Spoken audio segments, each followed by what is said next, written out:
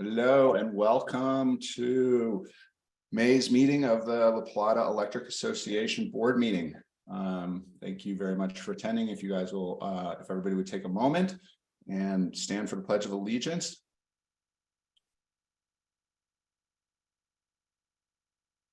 I pledge allegiance to the flag of the United States of America, to the republic, which it stands, one nation, under God, indivisible, with liberty and justice for all. Terrific. Thank you so much. We'll go ahead and call this meeting to order. We're going to need a motion to approve the agenda. So moved. Thank you. Can I get a second? Second. Thank you, Joe. All in favor, hold your hand up, say aye. Aye. Opposed? Aye. All abstained? Okay, thank you. We'll go ahead and open the floor for member comments. If I could just start with our Thank you. rules of member comment. The board encourages comments about the cooperative from its members. The board asks that each participant's comments pertain to cooperative business. Those wanting to address the board during the public comment period are granted 5 minutes to address their topic. Lengthy comments to the board should be submitted in writing. Formal complaints should be filed in writing and submitted in compliance with applicable board policy. Comments from the public will be directed to the entire board and not to any individual. No personal attacks shall be allowed. Failure to follow these requirements may cause the public comment period to be terminated. Copies of our policies are available on our website. Perfect. Thank you.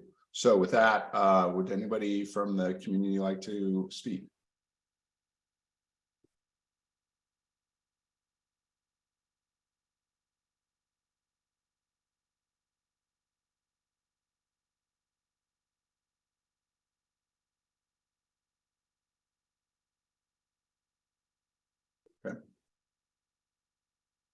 Okay, absent any hands up, then let's go ahead and move on to item 3, the consent board items. I think we have a couple items we want to pull out. If anybody wants to request, they don't need a vote, they can just say so. Kohler, go ahead. Yes, I'd like to pull out L, Resolution 2023-08, the retirement of patronage capital.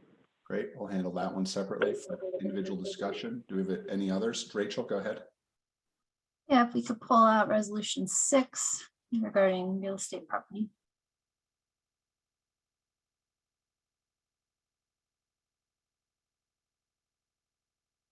I'm sorry, which item? Just say that again. Resolution 2023-6. Oh, thank you. I'm sorry, I misread it. Okay, great. Yeah, no problem. Excellent. Any others coming out? Okay, then can we get a motion to approve the consent board items with those 2 items removed? So moved by Kohler. Kohler, thank you. A second, I heard Kirsten. Against Houston. Thank you. All in favor, hold your hand up, say aye. Aye. All opposed? Abstained? Thank you. The consent board items are approved. Why don't we just tackle them in order. So this is item J, resolution 2326. How do we want, go ahead, Rachel, you requested to have it pulled. I think I just had some questions to understand in general, like how much similar property we have out there, how many parcels, perhaps how many acres, where I guess I'm curious if this is a one-off that happened regarding just kind of the management of the land and some of the longer term implications of that, or if this is something more kind of systemic, or maybe a bit of a systems level approach might be warranted on how we kind of manage and monitor land practices and use. So I'll jump in and then maybe Graham can provide more context, but you know, we have large parcels of land all over the counties for the use of our substations. A lot of times when CDOT or other developers for infrastructure are developing roadways or such, obviously we have lots of land near roadways. And they'll request staging or so forth, and that all requires permitting. So there is not an ability to do a county by county wide land use on our property, because typically we don't want people to use our property. So this one in particular in the Four Corners, as you see, it was for staging for their construction work. And in regards to the farming, that one is a little different because we haven't had a farmer in the past. Before I was CEO, they had allowed a farmer to use those lands to farm. And then when Jerry took over and, we kind of found out what that was about, we said, well, we need formal agreements on these things. But we were also getting notices from the county in regards to weed control. And then we have water rights at that one location. And they were also telling us if we're not using our water rights, we could potentially lose them. And so this was a win-win situation where potentially the farmer could, they would be using the land for agriculture, helping with weed control, using the water. And so we would avoid significant dollars maintaining the site for weed control, and we would maintain our water rights. So these don't come up typically. In fact, this is only the third land lease I've seen so far in my tenure, or maybe there's 4 or 5, but there's not that many. Graham or Jerry, do you want to add anything to that? I think it's a good summary of first off, these are sort of 2 different kinds of leases, right? One is temporary storage yard, and we do get sort of approached from time to time for these temporary mobilization, especially on sort of joint projects and things like that. The agricultural lease, I'm a little less familiar with. We've been sort of negotiating that on a staff level and trying to sort of evaluate, how to even sort of approach that. As you probably see from the memo that we had on it, that, there are some land use and land management benefits that LPEA would receive, but, do we need to have a more competitive bid process? There are a lot of good questions raised at the director level when we brought that lease option to the director level. And so as far as long-term evaluation, I think those are good questions that should get asked before we proceed with any lease like that. Jerry, do you have anything else to add? Nope, just the Four Corners material one. That is actually the location of our old Ponderosa substation. And we do utilize that property quite often for our projects as well. And the improvements that they're going to do are going to allow us to use more of the property when we do have big projects and not have to worry about getting stuck in the mud, literally. Awesome. Thanks so much, all. And I apologize. The rationale y'all presented was quite awesome and clear, and all makes so much sense. More so I think question was, if we have an inventory of land parcels that are owned and an inventory of which of these have some maintenance requirements by the county or otherwise, and just a system for tracking that. And I guess the other thing I was thinking a little bit about is it poses such a great opportunity, and one of the ways to really, if we have more parcels that would support agriculture, for instance, I know there's been region-wide and certainly service territory-wide land access sessions lately with agriculturalists. And this is a huge barrier for the ag community and could be such a great way that LPEA helps support kind of our commitment to community and some of those principles. And anyways, and if it's helpful in that regard, because I know leasing ag lands is can be tricky, but with my other hat on, happy to connect you all if you want any of the legal entities that support folks when they do ag leases, because there can be kind of a playbook in place. Yeah, Rachel, that's a great point. We do keep a record of all of our properties and what we have, but I think it's a good idea. Let me circle back with our lands team just to see in regards to, what areas are fallow, what could we lease out that doesn't impact our infrastructure. So if you don't mind, I will get back to you all on this because that's a great question.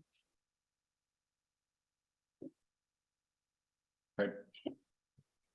So do we want to just table this then for the next board meeting, or do we? I think Tim has his hand up. Sorry, go ahead, Tim. Thank you. Yeah, thanks.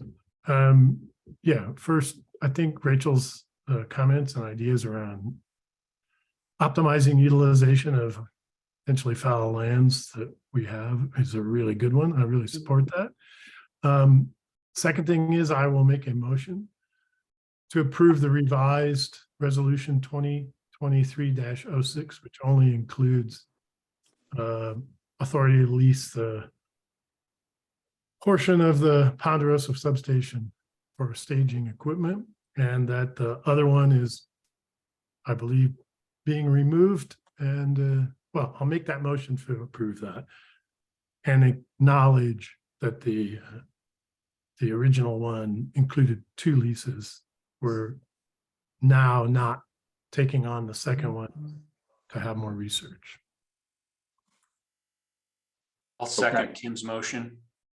Okay, terrific. Can we just sort of, can you just restate that, Tim, so it's nice and crisp? So yeah, I move to approve resolution 2023-06, which delegates authority to the CEO to lease a portion of the Ponderosa substation. Excellent, thank you. And Tim's and Ted is the second. Okay, so we're gonna have restrict the conversation. Dan, this conversation now restricted down to the motion. Dan, go ahead, it's you. Yes, I have no idea what the comments were made on that ag lease from the other directors, and I have no way to respond to those. One thing about that property over there, we've had some neighbors complaining about the weed problem, and it's going to be expensive to get those weeds cleaned up. So we can't expect much cash in the first 3 years on that, because it'll take 3 years plus. So anyway, those are my comments on that. Okay. Terrific, thank you. Any other comments for this motion? Just to clarify, Dan, that lease will not be voted on at this point. Okay, thank you. Okay, all in favor of the motion, hold your hand up, say aye. All opposed? All abstained? Okay, that motion carries. Hang on one second, John. I just was trying to watch the video. I didn't catch Kohler's vote on that. Kohler, could you let me know what your vote was on that? It was affirmative. Affirmative. Thank you, Kohler. Great. Okay, so then let's go over to the patronage capital item. Kohler, that was, you requested that. Why don't you go ahead and lead that discussion? Okay, thank you. I just need some clarification. I know in the memo, it said that this retirement will ensure the LPEA has no unretired patronage capital older than 2003, both in the cooperative and the G&T buckets. And I know on this one, we're not giving any G&T refund. I looked at last year, and when we did the capital credit retirements, the G&T went up to 1999. So the question I have is, was there no allocation in 2000, 2001, and 2002, or were they paid in a different manner? Or why wouldn't we have some refunds due in those years? I can answer that, Kohler. Yes, there were no allocations in those years from Tri-State, as was the case in 2022. As I remember correctly, there's none in 2003 either. Okay, that's what I needed to know. So I'll go ahead and make a motion to approve that resolution, please. I'll second. Second, you need it. Thank you. So all in favor, hold your hand up, say aye. Aye. Aye. All opposed, All abstained. Okay, that motion carries. Okay, thank you guys for doing that. So all the consent items are squared away. Let's go ahead and give Jessica and the staff the floor for CEO and staff reports.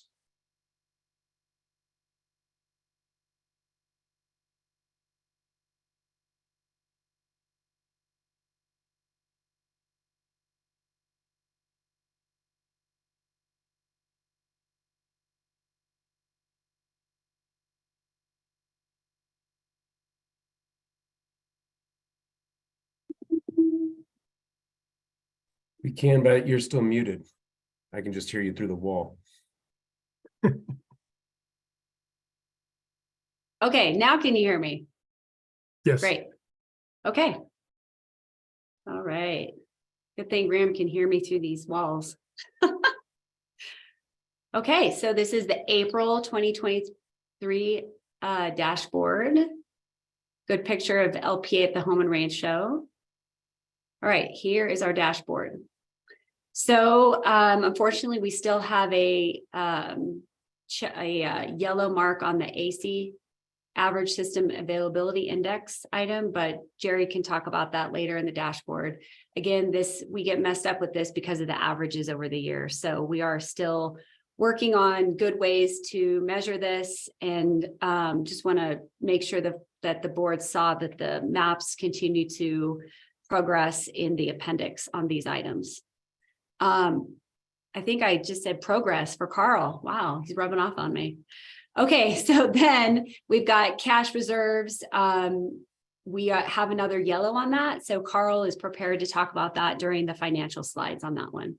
So we'll get to that in a minute, but everything else is a green check. We're right within our goals. So good news for that. Okay, moving on. Be safe and excellent, all we do. This one has all green checks. I'm not sure if your screen is cutting off the bottom, but mine is, so I'll be happy to, maybe this works. Does that work better? No, that's not working better. Well, I'll just scroll through this. So 0 incidents and accidents. We are doing a lot of training. Elizabeth's team has put together great monthly education training for all staff. So we're ticking through that. Also, we have our typical NERC and SIP compliance requirements that are given from North America Electric Reliability Corporation. So we're on track with that. 0 cyber incidents. Drew and his team have really been stepping it up and doing a great job to make sure that we're deploying a lot of protections in our system. So that's really good news. And then we continue to do a lot of work on data analytics and build the data dashboards so that we can monitor what we're doing on member satisfaction and engagement. So we just continue to find areas of improvement so that we can have a better sense of how we're doing in different areas of the company. We also hosted employee lunch and learn. That's just kind of a fun tidbit, the one that was similar to the one that we took the board last month on. Okay, any questions on this dashboard? And yeah, Graham, help me out because I can't Yeah, I will. see I was the going to say, hands. Tim has his hand up. Okay, Tim. So could you give an example of adjusting, what is it? Member satisfaction and engagement tactics and strategies in real time? Not quite sure. Yeah. That's a mouthful. I'm not quite sure what that means, but an example would be really helpful. Yeah, Elizabeth, since she has taken over the MSR duties. We felt a little bad for Elizabeth, but you know what? She's great customer service experience that just throwing one more item on her plate seemed a natural fit. So in the interim, Elizabeth has taken over the member service group. So Elizabeth, do you have that answer? I actually can speak to that. So we have engaged a contractor to build a dashboard, and the dashboard build out is in process, right? So we're going to be able to pull in call center information, all kinds of data that helps us understand how our members are reaching out to us, how we are serving them best, queue times for phone calls. Right now, all of that information is out there, but it's through several different platforms, and it's just kind of hard to pull together. So this dashboard should be able to help us very quickly see if we are meeting our members' expectations. So it's in the works. I'd say from my new perspective on this, maybe it's 50% built out, and our communications team is leading the effort. Okay, that's really helpful to know that it's a work in progress and it looks like an improvement, but I guess I'm still not clear on how tactics and strategies would be adjusted real time. So I was just sort of hoping for an example of how that might work. So what that could result in is, say that we have long queue times for phone calls. We're seeing high volume in calls. We can see this in the dashboard. We could potentially add more staff members to phones, or make an adjustment in that way so that we are meeting our members' expectations. We just can't, we can get these reports, but they're not real time, right? So usually an event, something has to happen where we learn that a member is dissatisfied, and then we can start digging for the information. But this will be something where we can just pull up the dashboard and see right away, oh, we need to make an adjustment right there. And we can do that tomorrow. Perfect. That was a great answer. Thanks very much. Yeah, you're welcome. Thanks, Elizabeth. All right, Rachel. Oh, awesome. Thanks. Let's see. I'm just mulling over Elizabeth's answer. Just processing, but I think my question had to do about the kind of utility of the future, and with the water heater project, kind of, I know there's a report out. It sounds like that study was concluded, and kind of what are the takeaways moving forward as it applies to either another pilot or perhaps deploying some of the learnings across the way we manage our entire distribution system. Yeah, so so that's later, I think, in the slides. I'm not exactly sure what slide, but I'll get to that a little bit later. That's okay. So I can address that now though, Rachel, not a problem. There's a hot link in there that goes to the report where you can look at the report. Dan is actually not here today.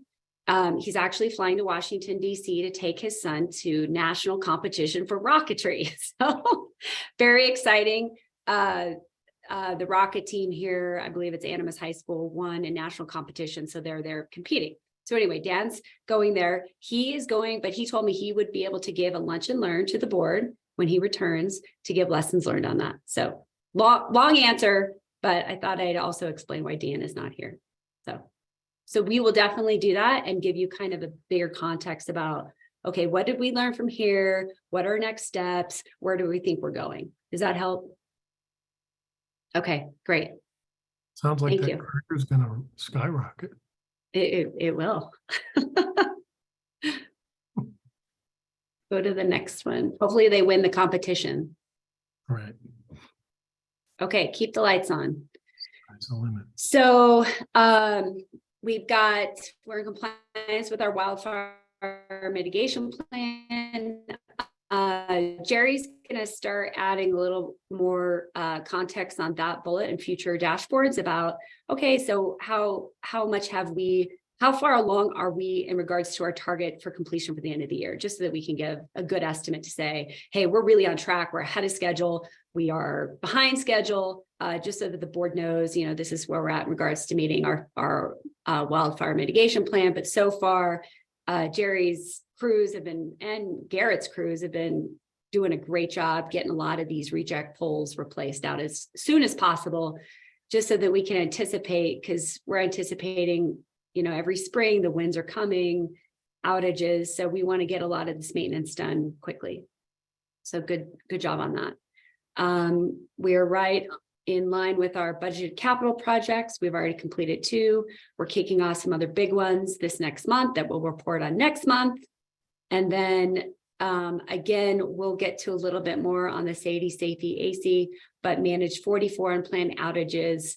And a lot of it was the ground moisture, a lot of the rain. Jerry always warns us when there's a lot of rain in the area, there will be a lot of ground faults because the rain starts to make it into those systems. So that's what we saw. Kirsten. Can you touch on the increase in member caused outages? What are those? Yeah, Jerry, do you want to address that? It's everything from vehicle accidents, hitting our power poles and equipment, dig-ins when they don't call 811 for locates, or if they just ignore the locate marks. Just we had an uptick in them for some reason. This month, there were a lot of member caused incidents. So I just filmed a video, informational video, kind of explaining that is going to go out to our members, explaining what steps to take if they are ever involved in one of those incidents, and also good ways to avoid hitting our equipment. Okay. Great. So I think you said hitting poles or hitting things, and then also digging inappropriately. Mhm. Anything about any net metering projects gone astray, or would that be in here? And does that ever happen that somebody does something weird? Nothing that we've encountered. Okay. Thank you. And we'd have to Appreciate it. ask, we'd actually have to ask Dan that question, because Dan's the one that actually, and Ryan monitors the voltage in the systems. And so fortunately, what we've been doing is before it actually has damaged equipment, Dan and Ryan have gotten on top of it and had Jerry replace the transformers. So that's why you're not seeing that, but there could have been member caused outages with these systems, but fortunately, Dan and his team catch those before they happen. Super. Thank you. And I look forward to seeing you on video there, Jerry. Yeah, he's really good. Okay, Joe. Yeah, the moisture problems, that sounds pretty expensive. So do we have to like dig stuff up and replace lines? And I mean, how do you mitigate for that? So we get about half and half with primary cable and then secondary cable. And most of our primary cable capital projects are to prevent these underground faults from occurring. Our underground faults have actually been going down over the past 5 years because we are replacing so much underground cable. But when it does happen, we have machines for both secondary and primary that can pinpoint the exact location of the pinhole in the cable, and we can dig it up and splice it. And it usually doesn't take very long to find these issues. We do have a policy in place where if a section of cable gets three or more splices in it, whether it be secondary or primary, then at that point, its life is more or less at the end. And so we will do an emergency cable replacement and replace that entire section. I see. Great. Thank you. Yep. Thanks, Jerry. Okay. So sourcing clean, low cost power. So as we mentioned here, we're making progress on the three-pronged strategy. I was at the NRECA National Legislative Conference last month. I did go and meet with Senators Hickenlooper and Bennett, their staff, to brief them on where we're at on FERC. And then they peppered me with all these questions about our innovation. So that's really great news. They do look to us as a leader. I've connected them with Dominic, because Dominic is well known in the US now, basically to be a guru on electric vehicles, and in particular V2G school buses. So he's been giving talks and advice, and actually advice to the senators' offices on what, if they write future legislation, what they need to look for and account for, because some of the technology that we have seen come through just is not ready for prime time, or they need a lower cost or so forth. So we have a great relationship with them, so that's very helpful. They also give us ideas and updates on grant funding, so that's also very helpful. And they've also written letters of support for us for grants that we've submitted to Department of Energy. So good partners there. And then we will talk more in executive session, obviously with Matt Larson on the 3-pronged strategy. And then we are back on track with the Sunnyside Solar Project. The county has been great partners with us. They've hired a contractor to help us get back on track. So we have a public meeting. Dan sent you all the information yesterday. He's been really proactive on this, which I appreciate. He's called all the landowners. Dan Huntington, I appreciate that feedback you got from neighbors about rodents. So that's super helpful. Something for us to consider and plan for. Kohler. Yeah, so NRECA is going to put on some kind of a session about electric school buses.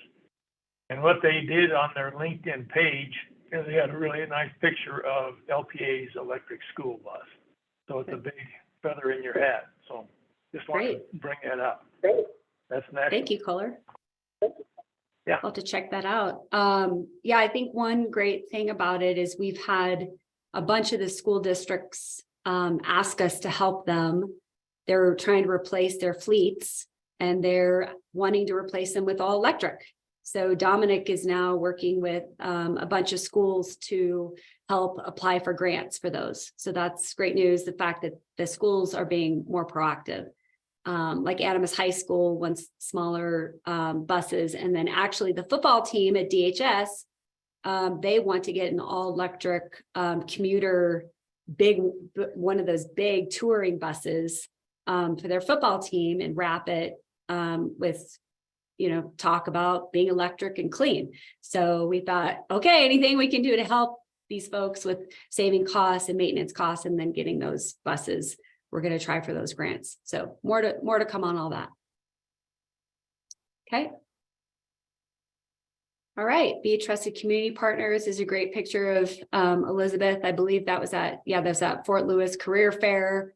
One thing that I really appreciate about Elizabeth is bringing new ideas to us. And so a lot of her ideas is saying, hey, let's get out to these college kids and these high school students even, and start talking to them about these types of careers at LPEA. What we're finding is a lot of kids are not so interested in spending the money and going to college. They want to get into the trade. So we're trying to talk to them about, okay, well, this is what the trades are doing. And in fact, we have how many interns, Elizabeth, now starting this summer? We have 5 and then potentially a 6th. So 5 confirmed and maybe 1 more starting. And that's great because, for some of these job positions that we haven't filled yet, it's kind of a situation where we could try these people out and see if they fit culturally, and then give these young professionals a leg into the professional world to help them along their way. So really appreciate what Elizabeth and her team are doing on that. Okay, Rachel, do you have a question? Yeah, just this is in the weeds as a curiosity though, because I know we hear often about Fort Lewis and then kind of more the Durango-based high schools. There's that Southwest Education Consortium, and my understanding is it's supposed to be like a pipeline into sustainability careers. I assume we're plugged into that because that gets us out. I'm thinking like PCC, which is, they already have welding programs, and EMTs, like they're a tech school sort of. Like, are we involved in that and kind of getting broader than our kind of the flashy ones? Yeah, I'll let Elizabeth answer that. So actually last night I attended the Business Education Coalition, I think, thank you celebration and presentation at Fort Lewis College. And that is exactly what was talked about. It's kind of how everyone comes together, and they talked about the Southwest Coalition spoke. And it is it's the one organization that brings all of the educational components for our county and beyond together, and how the pipeline works. And so in the room were, administrators from schools, someone who representing the coalition. They actually had, I don't know, 4 or 5 or 6 interns who gave presentations on their internships over the past year. And so, yes, we are plugged in. We went to the dinner last night representing, Carrie Hughes and I went representing, and Jerry was going to come, but he was sick. So yeah, we are plugged in and we are talking with everyone, and it's a really robust community. So pretty cool stuff. Great. Thanks, Elizabeth. Okay. All right, Carl, you are up. Thanks, Jessica. Great picture of Joe there. Just want to throw that out before I say anything else. So obviously everything looks very good, with the exception of the cash reserves. This is one of those months, you know, you've seen this a few times where each quarter we make that substantial payment on our long-term debt to CFC, and it puts us below our target. That said, Jessica and I discussed this, and we realized we're seeing this a bit more often than we'd like, and we are going to discuss this at the next Finance and Audit Committee on a strategy to address the lower cash number. I can tell you at today it is at 13%, so it is on target. Hence, we didn't go red, we went orange or yellow or whatever it is. But yeah, it's something that we're monitoring closely, and we'll be discussing at the next fact. Any questions? Joe.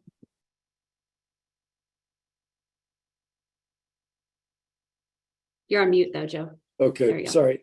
So I guess I've never quite understood the cash thing, so we don't have to do it now, but at the next meeting, it would be just like an explanation of, you know, why it's important to keep that much cash, and just kind of I guess the philosophy and the principles behind that. So again, we don't have to do it now, but maybe at the next meeting after the discussion. Thanks. Thanks, Joe. Dan? Yeah, is there a possibility to spread that out over a quarter each month, have a third of the payment, kind of levelize the reports on the books?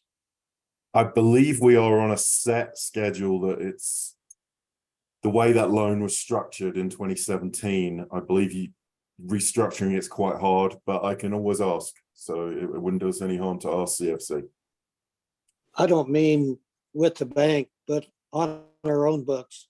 Put a third of the payment into a liability on the balance sheet, and then when you pay it, pull it out of that. I think you're still holding the cash. I think that's a little artificial, but Okay, I'll have a look into it, Dan, and get back to you on that one. thank you. John? Yeah, I just want to support that. I feel okay that it does come out of the target. And then the amber signal gets an explanation to it. It's a very sound reason that it adjusted and it's already corrected itself. I think if the intent is to change everything so that all we have is green check marks, those targets are going to become not worthless, but worth less. So I think having something like that and show that it falls out, a reason for it is quite valuable. And it isn't to run out and try to change our numbers so that we can fix and everything be green.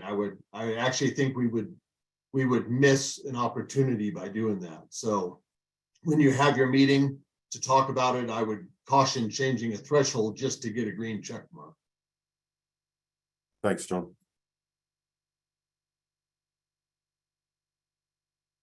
Tim?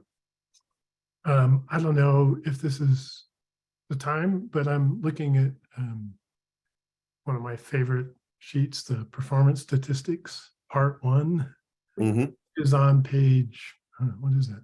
104 in my packet anyway. It's not a big issue, but I was just curious. It's it's April, we've had all this snow. And I see that the actual usage for irrigation is up significantly. I mean, again, it's a small part of our overall financials. So that's one thing, but then I look at it and the revenue is actually down compared to last year. So I was just curious if there's any insight into like who's using irrigation in a really wet spring and why it results in less revenue for more use. Maybe there's a time of use or a demand charge on that. I believe so, Tim. I will consult with Dan when he's back to get more insight on that and let you know. All right, thanks.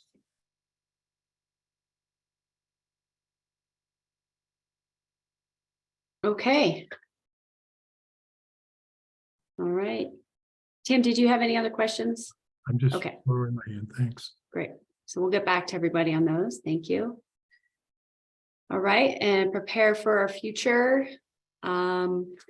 So the develop partnerships to achieve the board's broadband goal that we had a discussion on the committee of the whole. No actions were taken.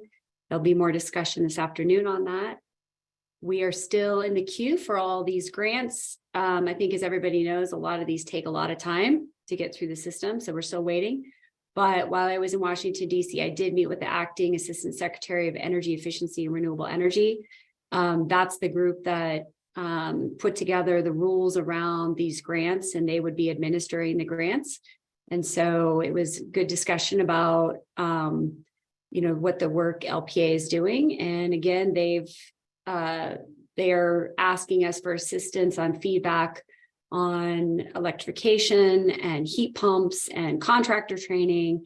So a lot of that was around those issues. I mean, one thing that we're finding an issue with is that when people do want to put in these solar, battery, electric vehicles, charging stations, our infrastructure is pretty outdated, right? Because some of our system is around 80 years old, others are 50, so forth. So the infrastructure upgrades that the customer, the member has to make are pretty significant.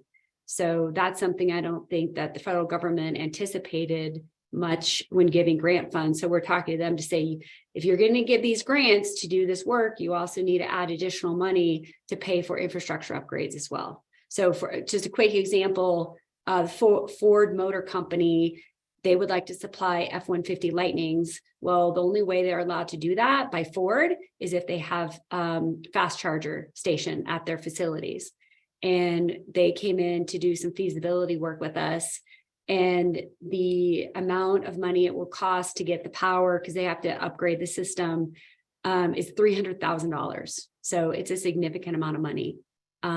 So that could potentially stop the project, but they're going to go ahead and roll that amount into their grant request.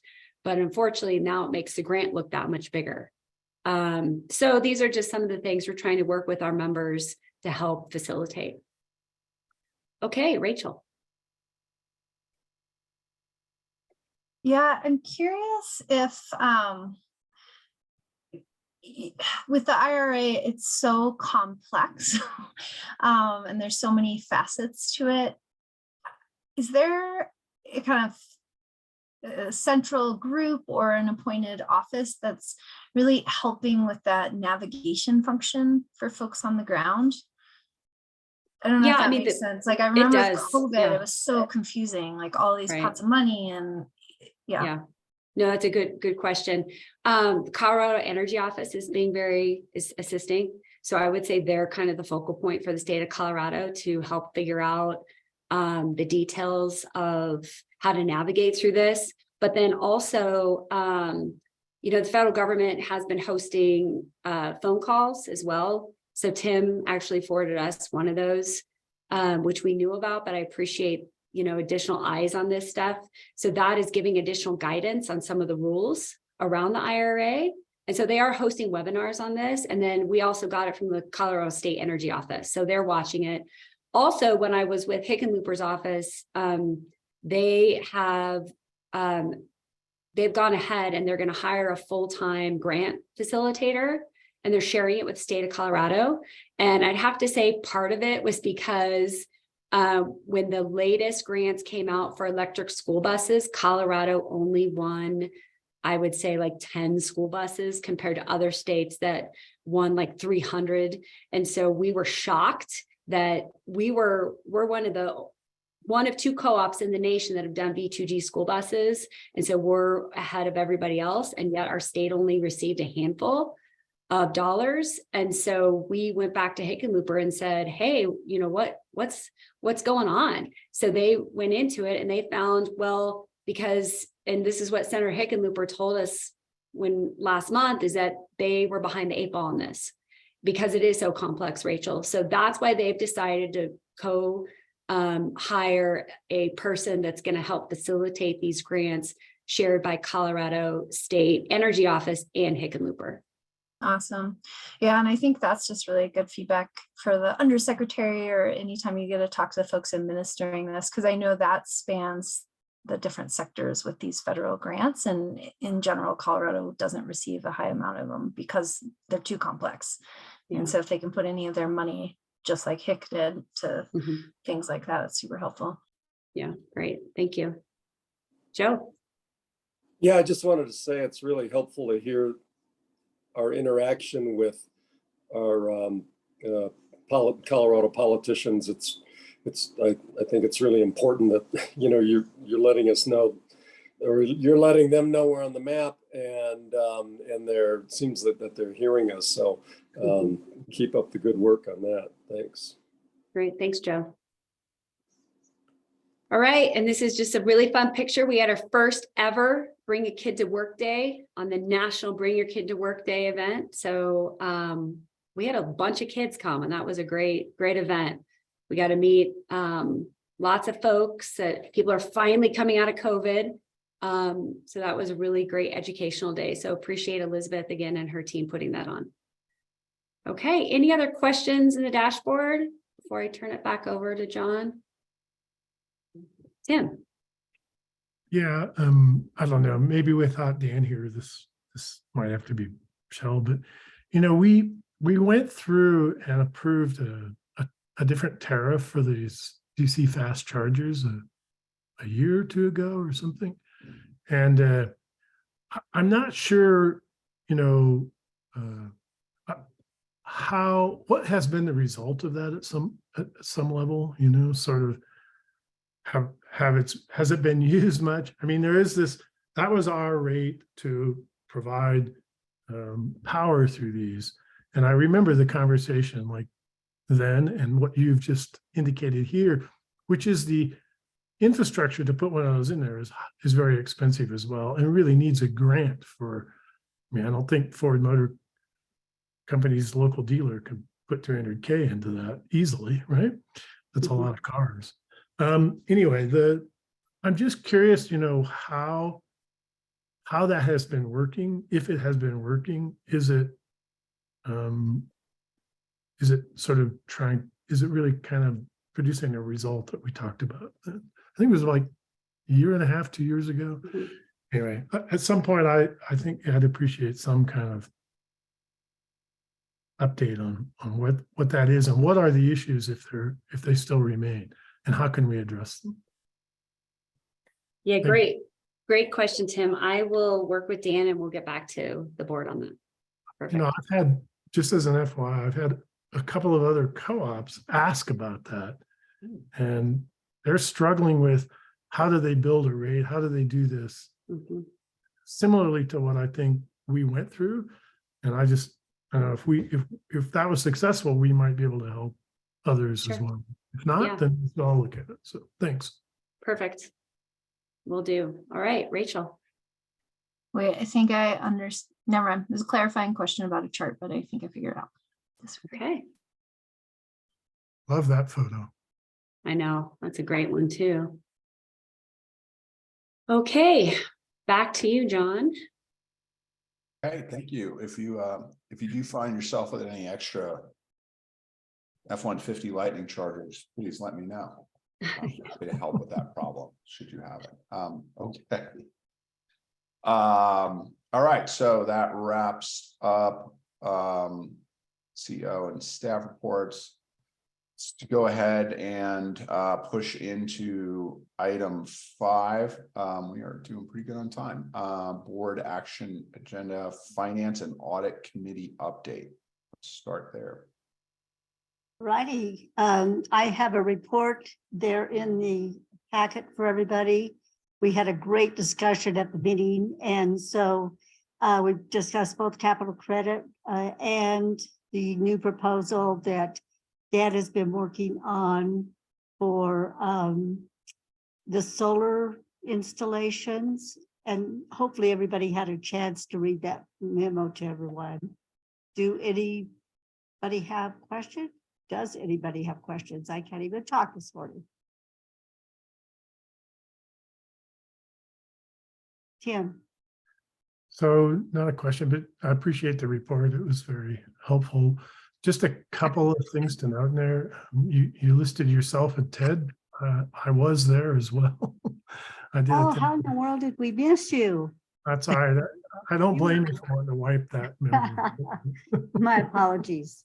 I guess I think it because you're going to be gone next month. You weren't here this month.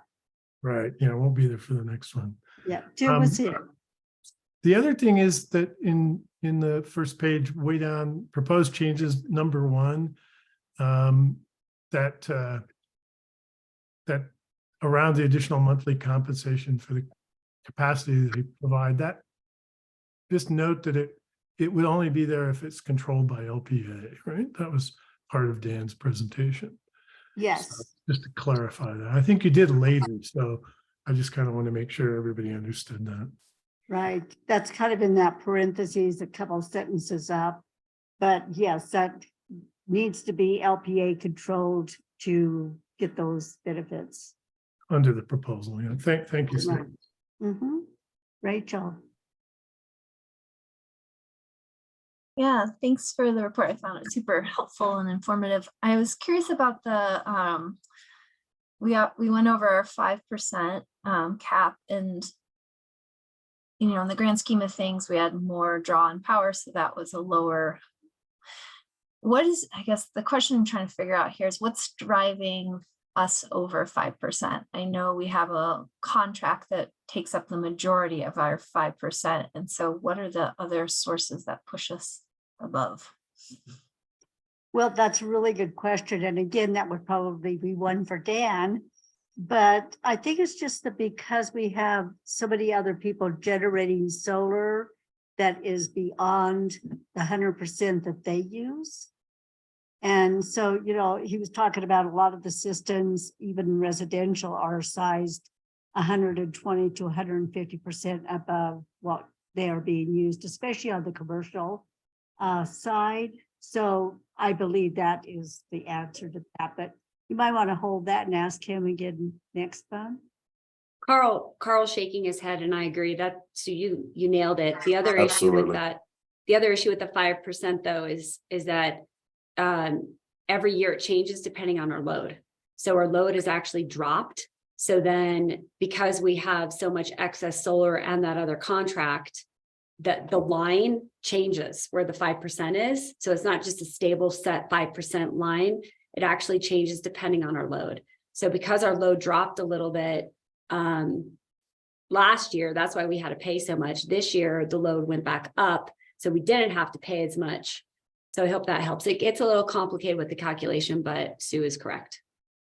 Well, and I was really surprised that in 2022, we paid so much less than we did in 2021. That was a big difference. And it was because of that industrial load. And it seems like from a kind of I'm just wanting to make sure I'm connecting all the dots here, especially from the policy and strategy side. This is one of the reasons when we look at with distributed energy, that percentage of capacity, why kind of one of the reasons probably that we're playing with that number, whether it's 125% capacity you can install or 100, is that kind of, I'm connecting the dots all right on that? Yes. Right. And Dan said it's also in reality more beneficial to the members to not oversize your system.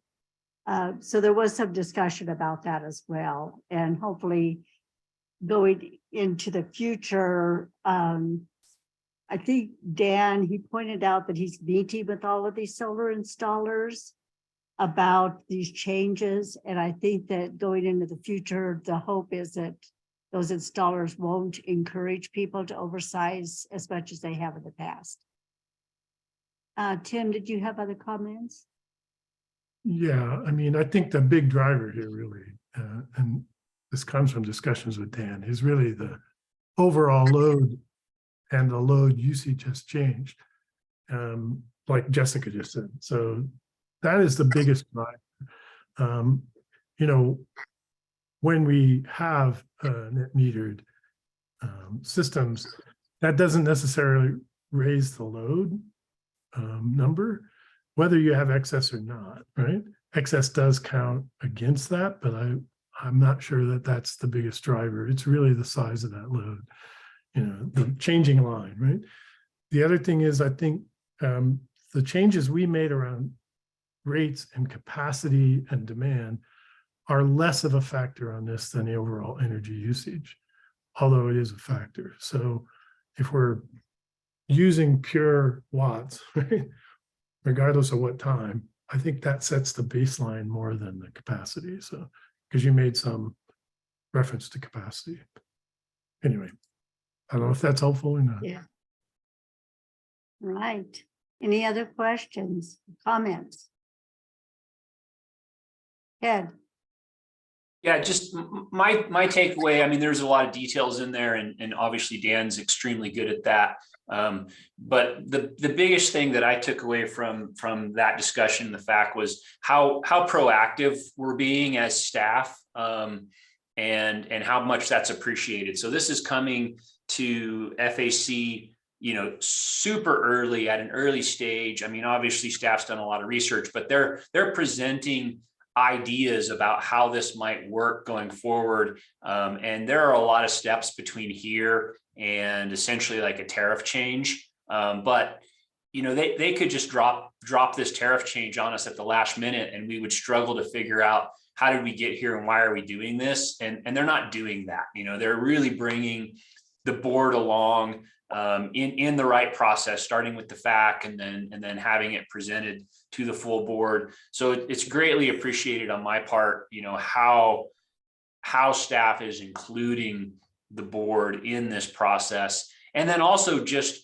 how early they're recognizing these needs for change and attacking it early, rather than really getting backwards behind technology. You know, the landscape and the technology is changing rapidly, and you could imagine just getting way behind on that and playing catch up. And, you know, with the staff that we have, and especially kudos to Dan, that's not happening. You know, I strongly believe that we're as far ahead as of this technological advancement curve as anybody is, and we will be very well prepared, you know, to take advantage of it, and also just to give the best possible outcome to our members as these things happen. So other than all the details that I think will continue to come out, I just wanted to make sure, you know, or at least get my opinion out there that we have a really great process for this.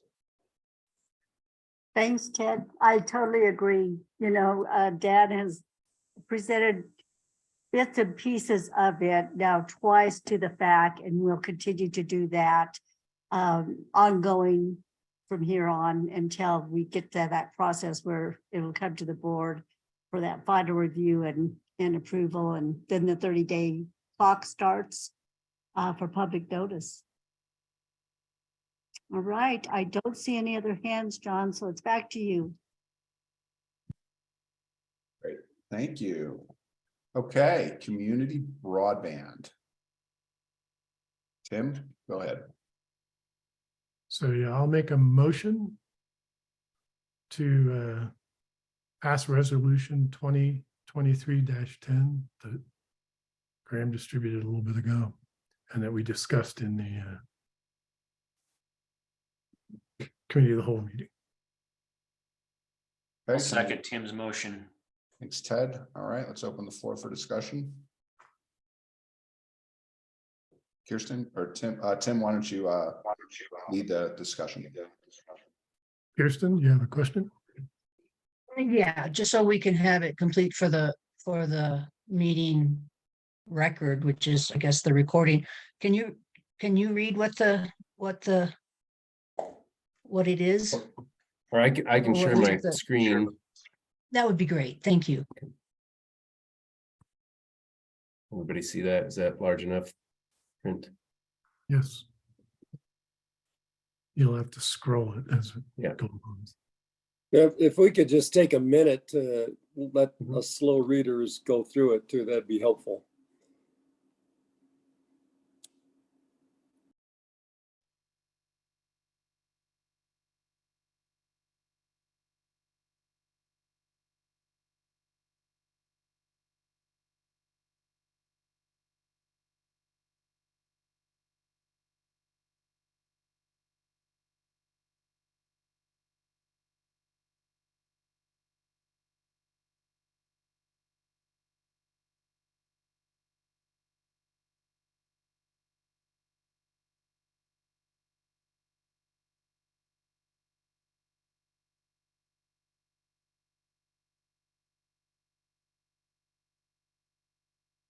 You can scroll up a little, Graham.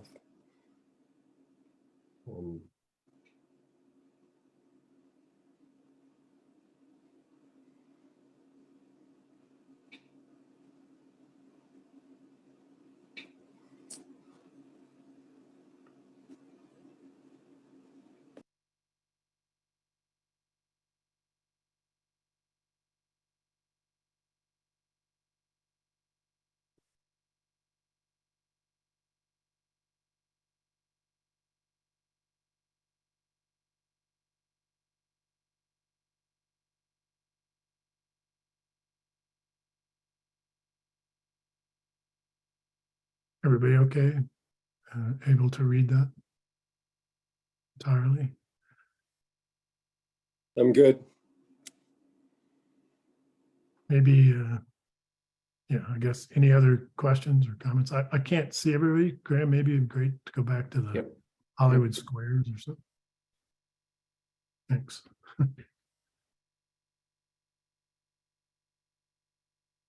right, John, you want to call for a vote? Okay, if no more discussions, all in favor of the motion, please hold your hand up and say aye. Aye. Aye. All opposed? All abstained? Okay. Motion passes. Thanks. Tim, is there, do you have other subjects you want to cover, or is that it? That's it. Terrific. Thank you. Okay, next item is discussion of board meeting minutes. Kirsten, the floor is yours. Thank you very much. I appreciate that. So I am trying to get my screen shared. Shared the wrong one. Okay. So I need to unshare, and I'm not sure how to do that. So are you guys seeing the Does the current level of detail? that's the current level? Okay, because I am not. So I'm gonna go over here and look at it. Okay. So the question I raised a bit ago, and what I'd like us to discuss is, does the current level of detail established in due diligence, so the current detail of minutes, and I am advocating for adding a little bit more. So NRECA says that minutes are practical means to capture what's going on, the board decisions and the rationale behind them. Mostly what we have been capturing has been the decisions, but not necessarily the rationale behind them. That they should be able to demonstrate where there's substantive deliberations. And, Ted just touched on this when he was talking about the fact and how the staff is super early. And so that we don't get to a point and say, well, how did we make this decision? Because it doesn't seem like we really talked about this earlier. So I think capturing some of these discussions that we have that are not necessarily a resolution or is going to be very helpful when we are trying to show that, yes, we got here in a very organized manner, and this is where this is coming from. This is not out of the blue. At the same time, too much detail can really create problems. And Graham is a big advocate for that. And I appreciate Graham's concerns on that. We don't want to have so much stuff in there that we're setting ourselves up for legal problems. And or that we're muddying the waters as far as, well, what really was important, what really was going on. And then, so from this services, one of the authors recommends including a brief summary of the major terms and rationale that was discussed without attribution. So it's not like, oh, Kirsten said this and Joe said that. It's this was the topic. These were the things that were discussed. Boom. It's not a, okay, and then she said, he said, she said kind of thing. That the notes and discussions of what was exchanged beforehand. And I find that very interesting because there is some things that we learn that we kind of forget that, wow, we didn't talk about this in front of people. And I think we need to. So for instance, I don't have a for instance on this one, but it might be one of those that we'll know it when we see it. Perhaps the United Director might be changing at Tri-State. Is that important or not? I don't know, but it was at least emailed out to folks. That may not be one of the things that belongs in minutes because we may decide, well, that's not important enough. And then it also should have the topical or other description of information provided to directors in advance of the meeting. So sometimes we get memos. So for instance, after the last meeting, we were going to be getting a memo about something, and did we get it, and what was it? Just so that, again, just topically. So that's what gets said. Now our attorney, and I don't know if you recall, there was an email thread about this, and Graham did a great job saying, well, this is where I'm coming from. He really wants to follow Robert's rules of order on this, which says you document what was done, not what was said. And that his concern was, if we get into what was said, then it almost has to become verbatim. And where my disagreement with that is, I don't think it's a choice of everything or nothing. I think that there is an in-between, and I would like to find where we can meet that. He also talks about that video recordings are kept for 3 years and emails are kept for several years. Now, those are not required to be kept longer than that. So some of that does disappear after 3 years. And I know that I've been here for 5 years now, and I sometimes have to go back and look and see, okay, well, didn't we talk about this at some point? And right now I have to go back and look at videos to see, oh yeah, we did talk about that. And it's kind of tough. And if we only keep them for 3 years, then that would have been gone. So those are a thought on that. And then our corporate documentation contains a vast amount of detailed supporting information. That's emails and such as that. And my concern with that is, if we force people to go to the corporate documentation to find out, well, really what was being said, how did they reach this thing, then people will go to that all the time and we'll be having to divulge too much information. Whereas if we kind of cut people off at the pass, we might be able to stop them from saying, okay, well, show me everything. I want to discover absolutely everything. Now, before I go on to what I was thinking, well, these are things we could have added in the April minutes. I'd like to hear from folks here, and I do have what people's thoughts are on about the minutes. And Graham, you too. I know you gave a written response, but I'd certainly like to hear about where we are with this. Kohler?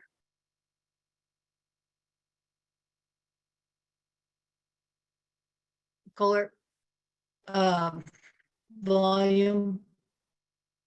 Kohler, you're muted, I think. Yes. Can you hear me now? Can you hear me? Yes, sir.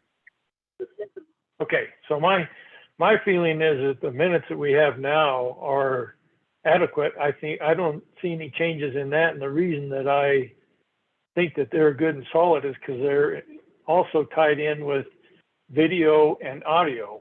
And any member can take a look at that video, and our minutes have timestamps in different spots.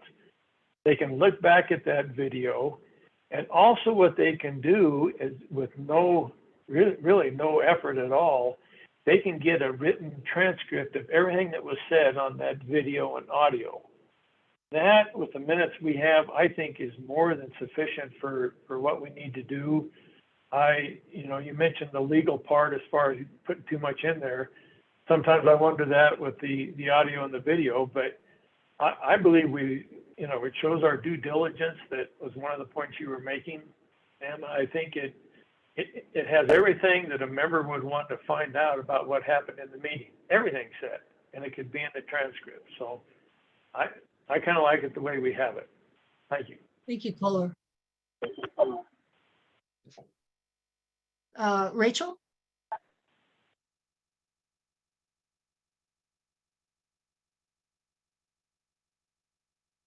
Rachel, Rachel, you have you're on something? mute. Thank you. Kohler, when you mentioned the transcript, was that the functionality through the recording that you can download?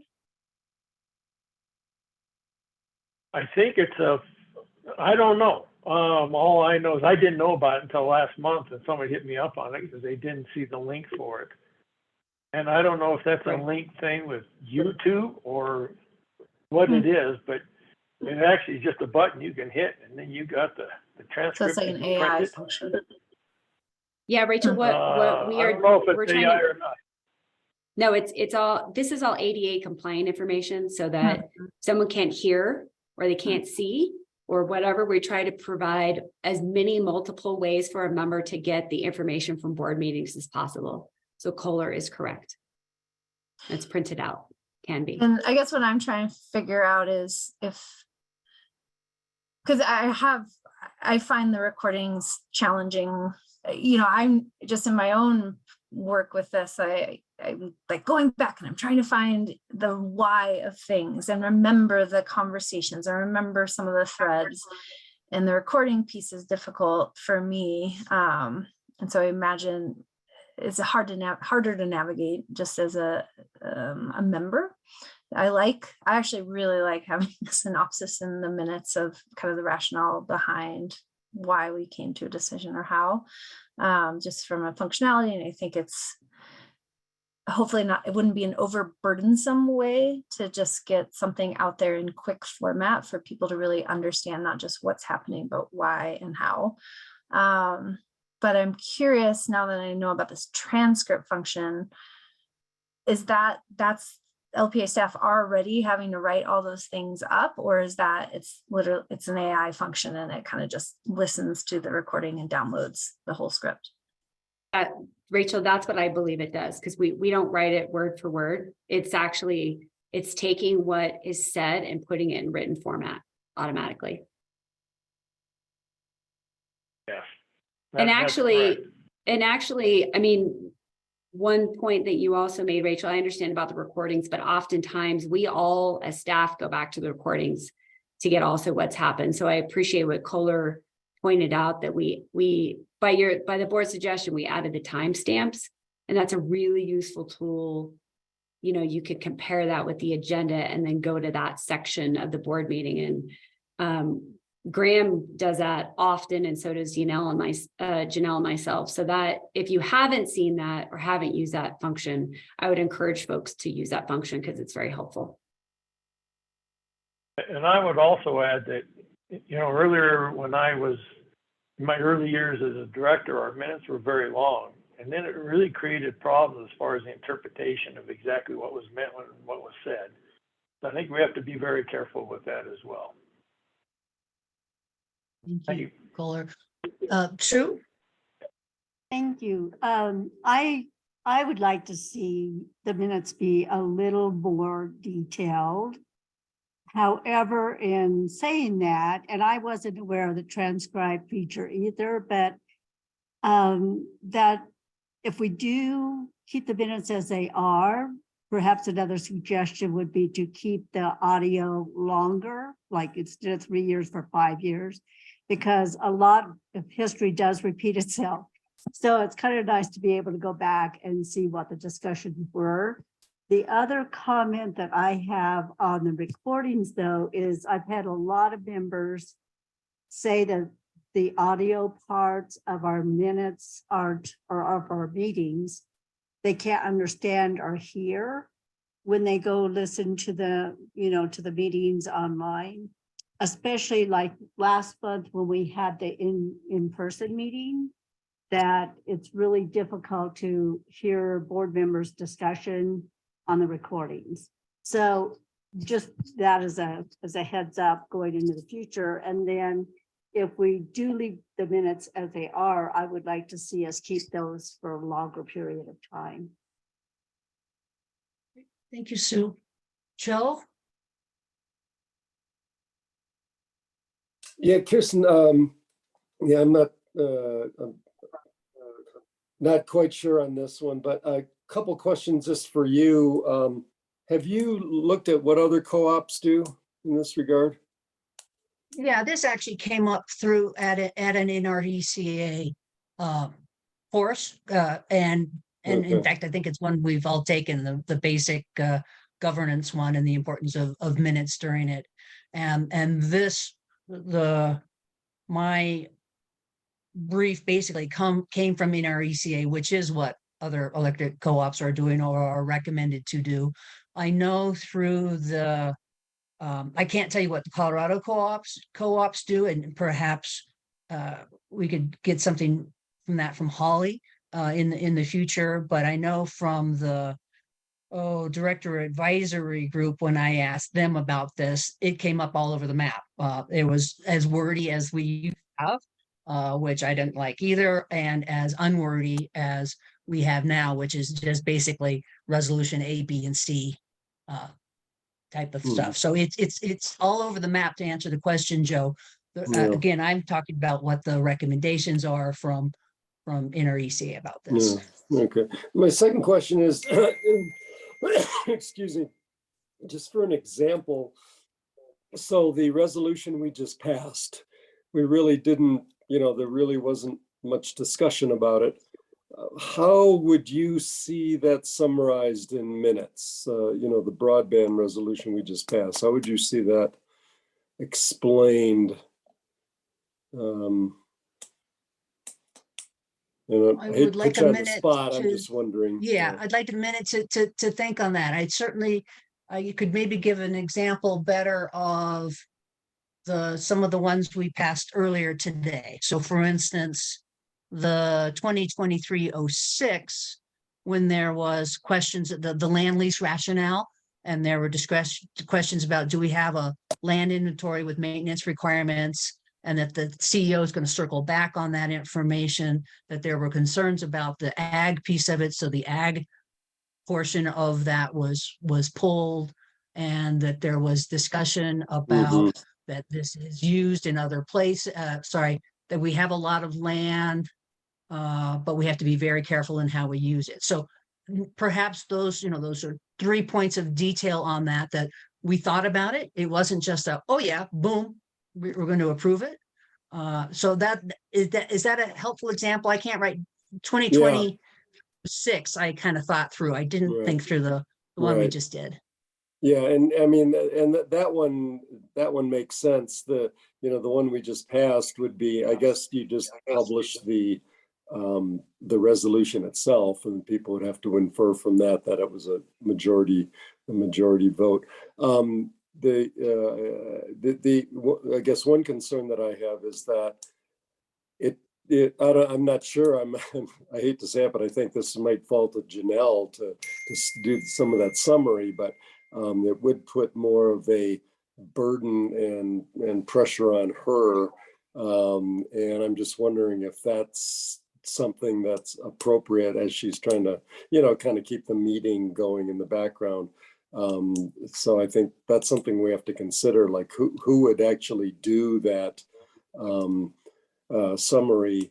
I mean, one possibility would be to try it and on a maybe for a meeting or two, and then circle back to the discussion and see what folks think. Thanks. Great, thank you, Joe. John? Yeah, to the point, Kirsten, you said we are forcing people to go somewhere, and I don't believe we're forcing people to go somewhere. We're their elected representative coming to take care of business. If we're going to go down that, that process, then are we going to go to court reporter status and get a stenographer, or, what is it that we're looking for? I feel like our minutes reflect, what we're doing. The analogy that I would use is that it's good to know that somebody ate. I don't know that in the minutes we need to know what was on the menu, what they chose, and if they preferred it or not. That becomes too subjective in that. And so I'm good with capturing the things, the large muscle groups, and recognizing that we're elected to represent folks, and that we're not forcing them to go do something. Okay.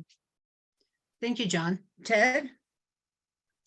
Thanks, Kirsten. I'm gonna just jump because I like the word that he used a lot, John's use of the word subjective, and I have a concern that if we go in the direction, minorly in the direction, and I think the terminology was sort of major terms and rationale that were discussed. I'm actually looking at the screen now and sort of down to the bullet point that talks about policy 215 from our last meeting's minutes, using that as a process to think this through. And at a surface level, it seems reasonable that we could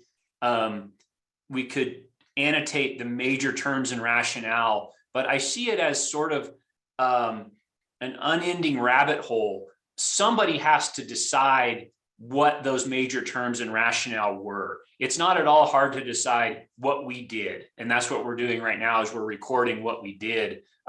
When we have to put in the minutes, what were those major terms and the rationale, somebody, perhaps Janelle, perhaps Graham, has to decide what goes in, what doesn't go in. And then we're presented in the next meeting with approval of those minutes. And I may think one thing was a major term, and another board member may think another thing was a major term. And now we can't agree to approve the minutes. We have sort of a dissension in the vote about whether the minutes are accurate or not.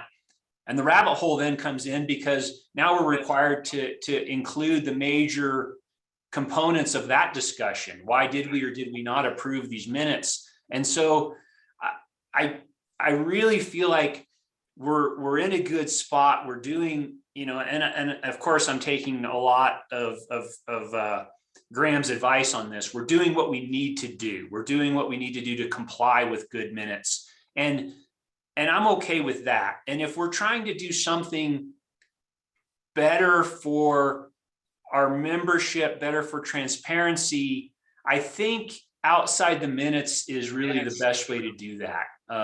And to echo a few other comments, I think we're already doing that. If somebody really wants to see what happened, it's totally available. If we're trying to utilize the minutes for some type of legal support, then I think we're doing exactly what we need to do. So I'm really nervous to be more inclusive than we are right now. That's it for me. Thank you, Kirsten. Super, thank you. Tim? Yeah, thank you. Yeah, both John Lee and Ted have expressed a lot of what I think. Minutes really should just record the actions of the board. We take those actions when we make a vote, right? That's, our voice is collective. It's not individual. And I think the minutes capture that wonderfully at the moment. I don't see a big need to be going and fooling with that format. And I think the risk is there vis-a-vis what both Ted and John Lee also mentioned. And I can recall, when I first joined the board, we would end up spending a lot of time at the next board meeting trying to parse out who said what and what it meant to them. I mean, it was a real time thing that didn't really add anything, in my opinion, to the overall effective running of this organization or governance of this organization. So I don't want to go back there. And I think since then, we've done some incredible things in terms of video recording, transcripts, timestamps. Anyone that really wants to, and I've used all these things at various times to go back and listen and see what was said and discussed. It's plenty of opportunity. Is it perfect? No, but it's a heck of a lot better than nothing. And so if someone really wants to understand it, or we want to remind ourselves of that, it's available. We can also outreach. We can also ask people of their own recollection. I think this is we have a really good system here. I don't see a need really to change it. And when I look at the NRE ECA legal reporting service that you said, the first bullet is minutes that you provide are practical means to capture contemporaneously board decisions, right? And the rationale behind them. I mean, the vote is the decision. I think that's all we really need. There's one thing that you brought up that I think might be helpful, which is if there was an agreed upon action of the board or an action item, if you will, board or staff, a summary of that at the end might be very helpful, but that's very factual. It's not meant to be interpreted. So if Jessica says, we're going to come back, Dan's going to come back and provide this lunch and learn or whatever, that's probably an action that could be recorded. It's not open to interpretation in any way. Or if a board member does the same thing or a committee, that might be helpful. That's the only addition here I can see.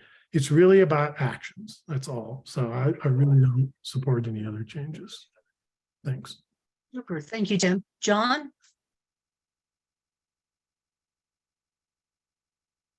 Whitchell? John, you're muted. We can't hear you. Oh, How about now? yes, sir. Gotcha. Good. Hope you didn't hear that in between. Yeah, I stand with John Lee's comments and Tim and Ted. I think the thing that I can add to the conversation is two things. Your proposal doesn't seem to solve a clear and pressing problem as I read it. There's sort of an ambient sense that it might be different, but it doesn't target a real problem that we have to address.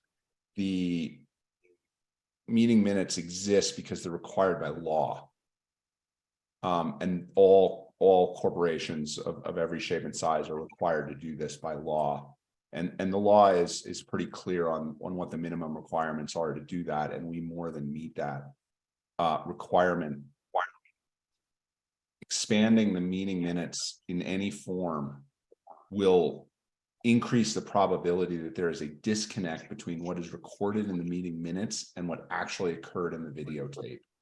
So in your example, Kirsten, you showed one where you said Kirsten leaves the meeting at 12:05. If that's recorded at 12:05, but in the meeting minute, but in the actual videotape, it's more like 12:07 or 12:08, you create a disconnect. Is that disconnect material? I don't know, but it becomes the basis for a dispute if a dispute were to ever arise. And so now you're in discovery. You're sitting in a court case, somebody's saying that the meeting minutes were not, that we voted on incorrect meeting minutes, that we voted on factually inaccurate meeting minutes that are easily documented. So you take this notion of ambiguity, which Tim and Ted and John were poking on, and you turbocharge that under a real serious conflict. You are going from a situation where there's virtually no conflict inside the meeting minutes and no ambiguity in the meeting minutes to creating a problem that doesn't currently exist. So I hear Rachel's point that there is value in some sort of easily indexable, easily searchable recording of what occurred, but meeting minutes are not the place to do that. They have a legal purpose, and we can't start adding stuff into those legal purposes. If we want to record, transcribe, and make available the meeting as a whole, or we're unsatisfied with the transcription that comes with Zoom, those might be worth discussing, but not in the meeting minutes. Eventually, those meeting minutes will someday in some place land up in court. The less is said in the meeting minutes, the better. Period. That's my opinion. Thank you. Thanks, John. Sue? Just one more quick comment, and that is, again, if we are not going to add more detail to the minutes, then we need to make sure that the audio recordings are well done so that members can, access that. And I really like the timestamps. That's really helpful. But like the comment that was made about the live meetings, it seems like the Zoom meetings, the audio is well recorded. It's those live meetings that the conversations are not being picked up. So just being cognizant of that, I think, would be helpful. Super. Thank you, Sue. Jessica? Yeah, I just wanted to circle back on some information that I just got from Janelle. We actually post those videos for 6 years. So the board minutes meetings have been posted since 2018. In addition to that, we are working on the audio in the boardroom. We understand the last in-person board meeting the audio was not good. And so Drew and his team have actively been working on improving the audio. We've been testing it for the past month. So we are actively working on it. I just also wanted to indicate that Matt Larson has now joined the call. So just to let folks know, he's on the clock. Okay, then John, should we finish my 30 minutes after Matt and such? Would that be okay? I think so. If we can put a pin in this, and let's just remember that Super. Tim was on deck, and then Rachel was after that, or you were on deck, and then Rachel. And so you can pick, we'll give you the mic after Matt is done. Okay. Excellent. Thank you so much. All right. I will take over. Matt, welcome. Thank you. You're rock and roll. Great. Nice to see you all. Just have a quick update. Sorry to interrupt the other discussion that was going on. Quick public update on the FERC side. Kind of got two different things going on. Number one, just after our last board meeting, we had some conversation about the request for rehearing that had gone in on the BDP order that rejected the settlement agreement. FERC had initially denied that towards the end of last year, so the end of 2022, but they had left open the possibility they would issue a subsequent order on rehearing. They did issue that order on April 24th. The settlement remains denied. So they did put out that other order. In reaction to that, we ultimately withdrew our appeal at the DC Circuit of the prior order. We'll be evaluating next steps vis-a-vis the DC Circuit, probably something we can talk about more in the executive session as it relates to the broader strategy. But those are really the two biggest updates on the legal side from a public perspective. So happy to take any questions. I know we have executive session time as well.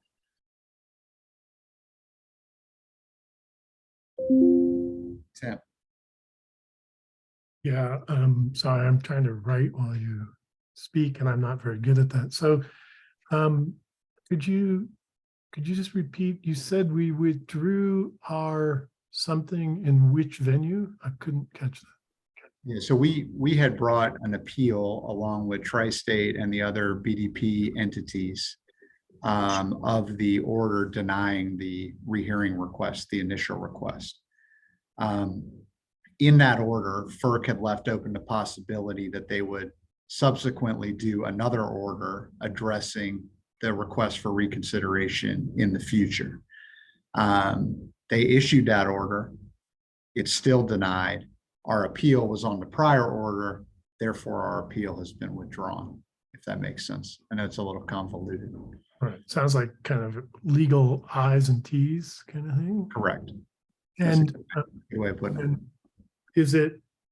does that mean we would then appeal the current order, or is there no opportunity to do that? There is an opportunity to do that. There are discussions ongoing about whether to do that or not. All right, so there's an opportunity. We haven't decided yet as to whether we take that opportunity. Correct. Perfect, thank you.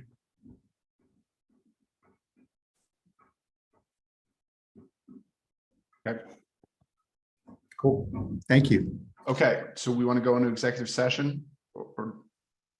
So moved Thank you. to discuss with our attorney. Excellent. And I'll second, second that. Ted, second. All in favor? Hands up. Thank you. All opposed? All abstained? Thank you. You want to take a second here, make sure everybody's got their link. Kohler, what about Kohler? Matt, I how do you stand, handle please. Keller? I think we should leave Kohler out for the moment. Okay. All right, Kohler. Okie dokie. Thank you. All right, see you guys on the other side. Thank you. Thank you.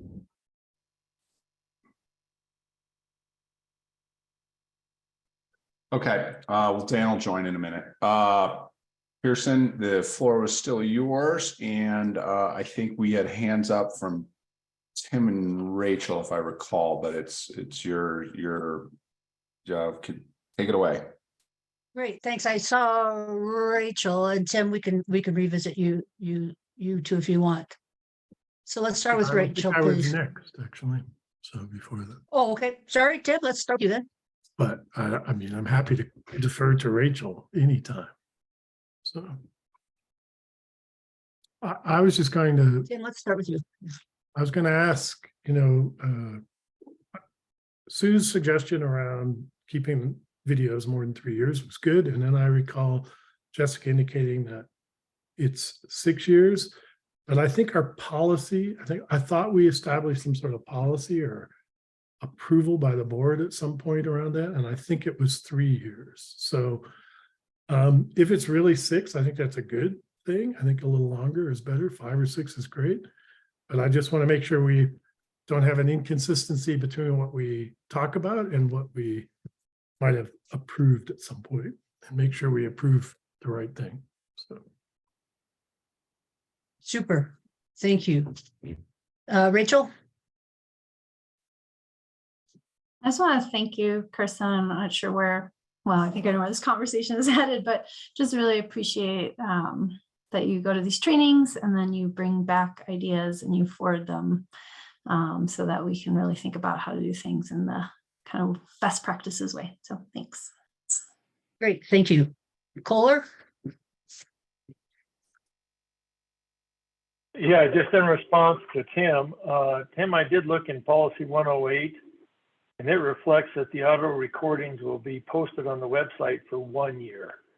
It doesn't say anything else about in the background if it's kept longer than that, so we probably need to look at the policy committee changing that. Thanks. Super. I know we need to wrap this up. I can't just say that's hidden. We haven't heard from Holly or Dan. Do you guys have anything you want to say? Fine, if not. This is Dan. Okay, so, oh, sorry. Go ahead, Dan. Dan, I think the way the minutes are being done records most everything. We had a mix up a month ago when we had John wasn't, he turned it over to Tim, and on Janelle, I argued with Janelle and went back, and John came back on before the open session started. So I didn't remember that. But anyway, I think the minutes are being done the way they should be. Okay, thank you, Diane. And Holly, last chance? You got something? Great, thank you, Kirsten. I can't really add too much more than what I've already heard here today. I do want to reiterate Rachel's point that I really appreciate you bringing this to our attention and having this discussion, because it allows us to at least, deeply think about this type of a topic. I'm okay with how the minutes and the recordings on the website are done right now. Thank you. Okay, super, thank you. So I need to update the slide that I think is up right now. So the keeping it minimal folks are going to be Kohler, John Lee, Ted, Tim, John W, and now Dan and Holly. And the folks who said maybe some change would be Sue, Rachel, Joe, as far as for a trial. And then I'm the big mouth with it. Joe, you got your hand up. Yeah, I have never gone and looked at the minute or the video later. Is it pretty easy to find? Is that one of your concerns, that people don't know where to go? And is there an easier way to post that so people know, it's easy for them to get it? Yeah, no. Actually, my concern is that it goes away either by policy or, and my understanding from the lawyers is you don't want to keep that stuff around any longer than for transparency purposes. So for, 1 or 3 or 6 years, whatever it is, whereas minutes, some of the cases that you notice were in that NRECA thing were 20 years old, and people going back and saying, was the fiduciary duty done? And it was 20 years ago. All they had was the minutes. So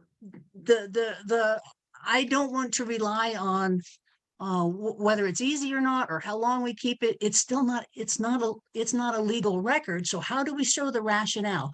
I totally get that we're showing the, what's it called? The action, but I'm missing out on the rationale. And that's what I'm missing. And I'm really pleased that we had this discussion. I think we still need to then find a place for those action items. And if it's not in, so for instance, from the April minutes, there were a few action items that came up. There was a request from Tim for the pull attachment cost and allocation, and kind of how that was working out, and how we did that, how we allocated that to people and such. And Tim, I'm probably not capturing your exactly, because I didn't know there was a transcript. I was just going back and listening to the audio again. There was a request for a future action item on director education minimum requirements. There was a request for what are our financial safeguards, and Jessica's going to send a memo on that. Where is that captured? If it's not in minutes, great, let's do that someplace else. And then there's these other ones, and I put these here because so we would have something concrete to discuss, but I also realized that I've taken way too much of your time so far. Oh, and that so far, what I'm hearing is at least 6 are saying, no, we don't want to go, or 7 are saying we don't want to change things. So I'm sorry, I'm clicking around on this guy. So I'm hearing no more information necessarily. I think we still need to take responsibility for succinct information in the minutes, whether it's we add information or not. When we approve those minutes, we're saying, yep, that's what happened. So it's not the onus is not on Janelle and not on Graham to make them correct. The onus is on us to make them correct. And if we're not ready to adopt changes, I get it. And I will put this to sleep unless someone says, well, maybe we could still talk to Graham. And I think we are, again, I want to reiterate that we think we are relying too much on our vast corporate documentation, and it's just asking for trouble if we don't have it in the minutes. And then I asked AI for a haiku because I'm not a poet. And I thought it was pretty cool, but you can get AI from today. So my question to AI was, give me a haiku on board minutes. And what it came up with, board minutes are key for future reference in law, document with care.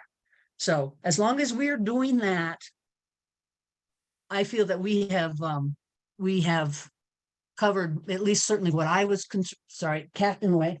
We covered what I was concerned about, and I appreciate your time. Does anybody have anything to offer, including you, Graham, or you, Jessica? Because I realize I left you guys out of the discussion earlier. Okay, super. Hey, John, thank you so much. And Jessica, you guys who set the agenda, thank you so much for including me on the agenda. I appreciate it. You bet. Absolutely. Okay. Well, I appreciate you leading the discussion, and let's push on. Again, this is The president sets the agenda, but it is my strongly held belief that if more than a couple people want an agenda item, then, you know, we should be agendaing it and not using that, the official rule of the board president being allowed to set the agenda as a mechanism to control the narrative. So if other people, you know, as time comes up and people want something to discuss, just raise the issue up, and we will always make time for directors who want to talk about something. So thank you for leading that. Pushing on.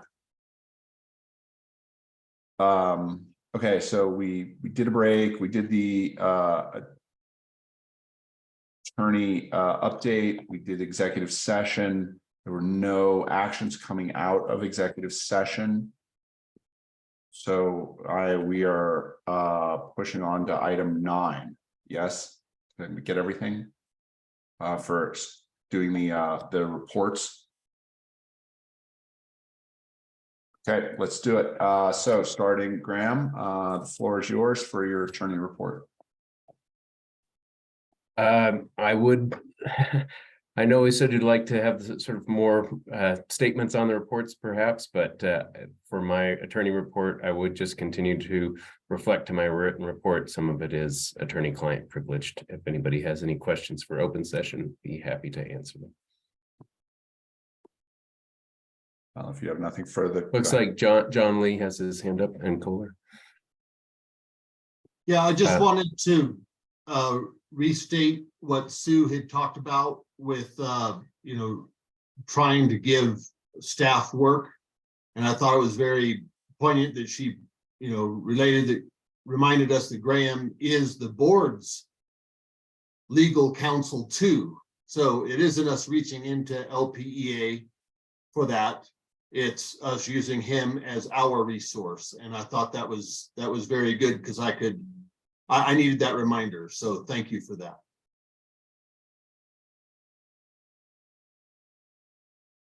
Yeah, I would just say on that, right? You know, I mean, we do have, you know, sort of a typical chain of command for the board to communicate with staff, and I sit in a little bit different position from that regular chain of command. So yeah, feel free to reach out to directly with legal questions related to your role as directors of the cooperative. Kohler. Yeah, on your report, the very last bullet, you talked about responding to a restitution request. Could you maybe put a little flavor to that? I'm not too sure what exactly that's saying or what we're doing. Okay, so as Jerry was sort of mentioning earlier, we've had a few incidents where careless drivers have damaged our equipment, right? And so I can speak from my experience as a former district attorney in the area that part of that plea bargaining position is that sometimes you will accept a plea agreement to a charge of careless driving with the amount of restitution to be paid left open, right? So we have multiple avenues that we go through with this. We make claims on the driver's insurance. We sort of typically, I mean, how I anticipate that these will be resolved is that by the time we show up, we will just basically have proof that we have are in the process of being made whole through the driver's automobile liability insurance. But in the meantime, right, we have to prepare as though we're going to a hearing to prove our damages that we suffered relative to this careless driver. So. Okay, thank you. So, appreciate it. Sue. I think Kohler's first. I think lowered your hand. Did I answer all your questions, Kohler? Okay.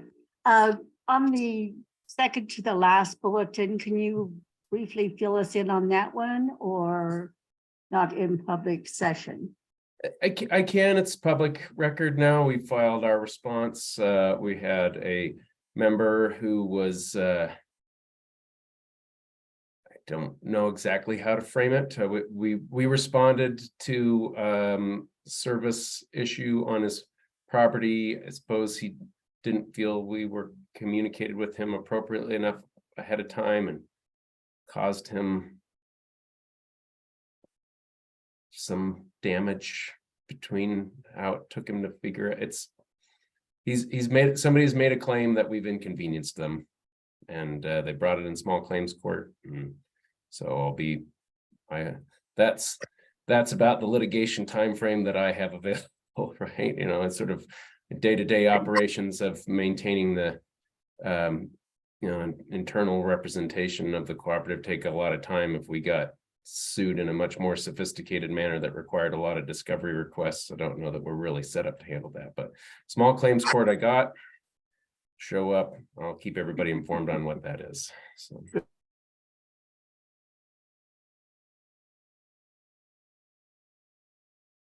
Anything else? Okay, last call for Graham. Onward. All right, let's hear from director reports. Roundup.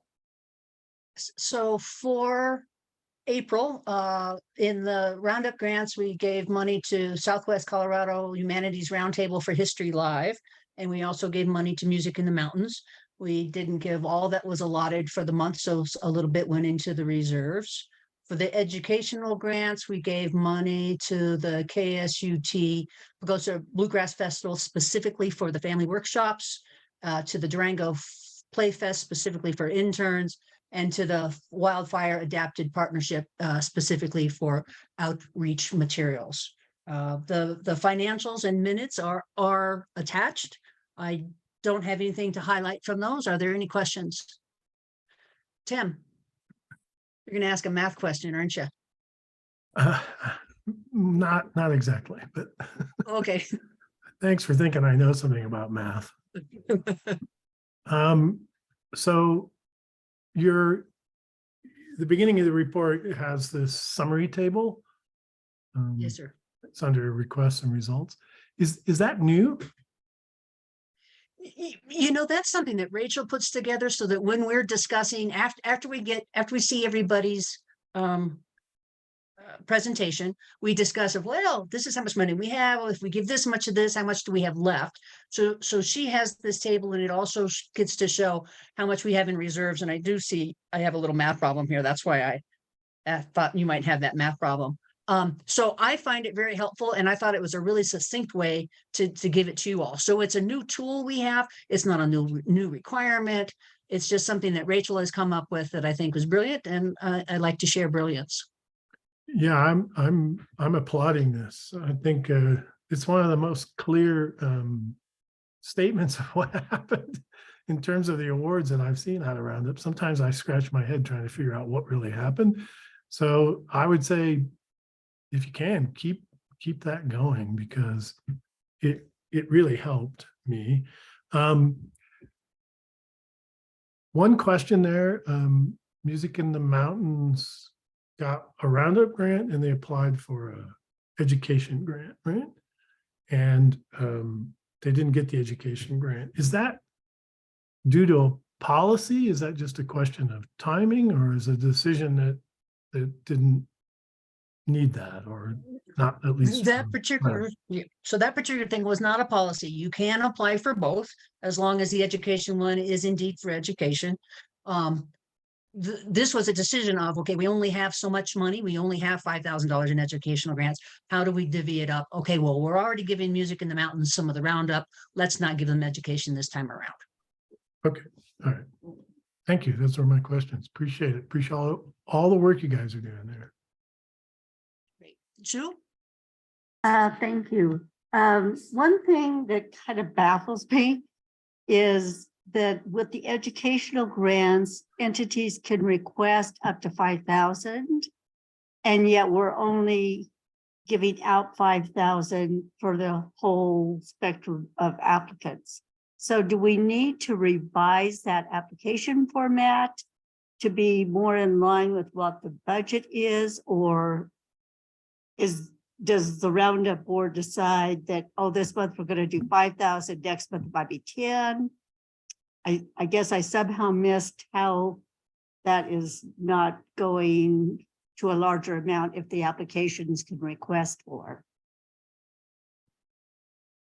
You know, Sue, we've been keeping that as a $5,000 monthly. limit and trying to keep fairly close to that. As you can see, this time we went $355 over. It's a question that I don't have an answer for, and I would need to take back to the roundup board, unless you can help me out, Rachel, as far as was the intent to give $5,000 multiple times in a month, or is the intent and the budget set for really just $5,000 a month? In the ed awards? In the In the education, education piece. Yeah, my understanding is that's the capital when we retire. Oh, Carl, help me here. It's one of our, it's a retirement of maybe unallocated capital credits. The board chooses how much we retire, and it's like a bucket of things like the scholarships, and this is in there, if I'm getting that right. And I think I can't remember if it was last year I advocated for increasing that number because we keep seeing the need in this bucket. Carl, did I get that right? Is that where this is a Unclaimed capital finite number? credits. Unclaimed, yes, I did it. Okay. And then this actually pings the reason my handout is up, and this is a request to staff, but it was just that I think it would be super helpful, just like we have a cheat sheet in the board packet of how to read the financials and what each of those little lines means. I think that could be something oh so very helpful to the roundup, not only the board, but to the roundup board, but also to our board. And then perhaps I've just been noticing over the last few months, last while, we have a lot of questions when it comes to the roundup report. And I think it's just due to some ambiguity around how it all works. So just noting maybe having a quick little chat and chew, lunch and learn, 10 minutes carved out of an upcoming agenda to do a quick overview. So all board members here understand kind of how roundup works, how the governance works, et cetera, how the funding system currently works. If you want to change that, what the mechanism is. So we're all on the same page. So two thoughts there. Thanks. I don't know. I'll just address the second one, Rachel, is that we, I thought we had a document that went through all that for new board members already. So we can go back and look at that just to make sure, just because I think it would be better if we just had one document to like a packet of information to give the board as reminders. Is that what you're? Yeah, I think that, but more so I was thinking for this board, because I know we worked a ton on roundup board member orientation and training materials. How this board understands, I see, okay. Yeah, like just something really brief and quick to give the 101. Yeah, we can, how about we take the roundup for orientation documents and we'll boil it down to give to this board. Does that work? That's awesome if you're willing to do it. I was mostly just thinking like, hey, I'll sign up and I'll just give a really quick. I was just thinking we're gonna have new board members constantly probably come on and off the LPA board. And I think it would be more efficient use of time just to create a document that we can put in the Google Docs. Like, want to know more about Roundup? Here's the details of that. If that Sounds works. Okay. Sue? thank you. Actually, I appreciate this previous conversation here, but it didn't answer my question. The question was on the application packet for the educational roundup, as is with the other one, there's a limit. It says you could apply for up to $5,000. So my question was, does that part need to be changed to be more realistic to what we are actually awarding? If 5,000 is the maximum for the month, maybe the applicant shouldn't be led to believe that you could get $5,000. Maybe it would be more in line with the $2,500 that I think our regular grants are. So that was kind of my question. Yeah, actually, I can answer that if that helps. Sure. Unless Kirsten wants to. So Sue, it's a good question. I just historically, I know what this has been is that if it were just one applicant, they could get all 5,000. So we want to make sure that we don't limit it. And actually at the beginning of every meeting, and I know Carrie tells every applicant before they come that they are not necessarily going to get the full 5,000. So they're told multiple times during the process that the 5,000 is the limit. And I know that often the Roundup board will give more than 5,000 because they have so much of they have so much amount of money in reserve. And so it depends on how much the board decides to draw down the reserve, but there is still a lot of funds in the reserve to pay over 5,000, but they are informed frequently that they may not get the full amount. And they're actually asked during the board meeting, if they were to not get the full amount, would they still accept it? And they get a verbal yes or no. So I don't know if that helps, but it's just in case there's only one applicant. And we want to make sure that they know that they could get a max of up to 5,000, but it's not guaranteed. Okay, that is helpful. Thank you. Okay, I believe that's my report unless there's more questions. Thank you very much. Excellent. Thank you. Next, we have Tri-State. Okay, well, everybody can hear me all right. I'm having some issues with my audio. Anyway, I did put the board report in the packet, and I think it covered most everything. And I'm going to mention the 4 biggest issues we went over. This was probably the longest board meeting and committee meetings I've had since I've been on the Tri-State meeting. They've been very, very intense. There's a lot going on back there. The 4 main subjects that we went over is first was the budget. This is the 2024 budget. Normally we do it a little later in the year, but this year we brought it up a little quicker because it's tied into the design that will be submitted to FERC. And we're going to have a special meeting next week on the 23rd to do a deeper dive into the budget as well as into the rate design, the recommendations from the rate design committee. So the rate design and the budget were 2 of the things. The third one was the RTO. And this is something that has really been in the progress for 8 years. It was a celebration for Dwayne, because what we did is we did sign a commitment agreement, and we're shooting to try to get to be in an RTO on January 1st of 2026. So there's a group of us that did it. They have to be signed in by June, with the exception of WAPA. WAPA has an extension, and realize the comment periods that are required by government rules. So anyway, that was signed, and we're rolling along with the possible RTO. And the last one is what's called equalization payment. And we're just starting into that, so I can't give you a whole lot of detail. But what that is that's a proposal from staff to try to work on something that will help out the partial requirements members. So 6 of us to try, knowing that the buy down payment is stuck and is quite a ways off. They're trying to find some alternatives, and it's very interesting. It got me fairly excited. I did talk to Brad Zaborski from San Miguel, and my first question to him is, "Are you excited about this?" And he said no. He said, "My board and a lot of our members don't plan to be with Tri-State through 2050, but I am going to do due diligence, because I think there's some big advantages of this, and we'll see as we go forward." And I mentioned to him, well, I was pleased that the staff is at least working on something as an alternative. And that did get him excited. He is very pleased that the staff is working with that. I also talked to Jeff Wadsworth, and he's the CEO of Puda Valley. And we didn't get to talk very long because it's the end of work. And he basically, his comments were he really wants to work with staff on this. He has a couple of issues that he doesn't think will fly with FERC.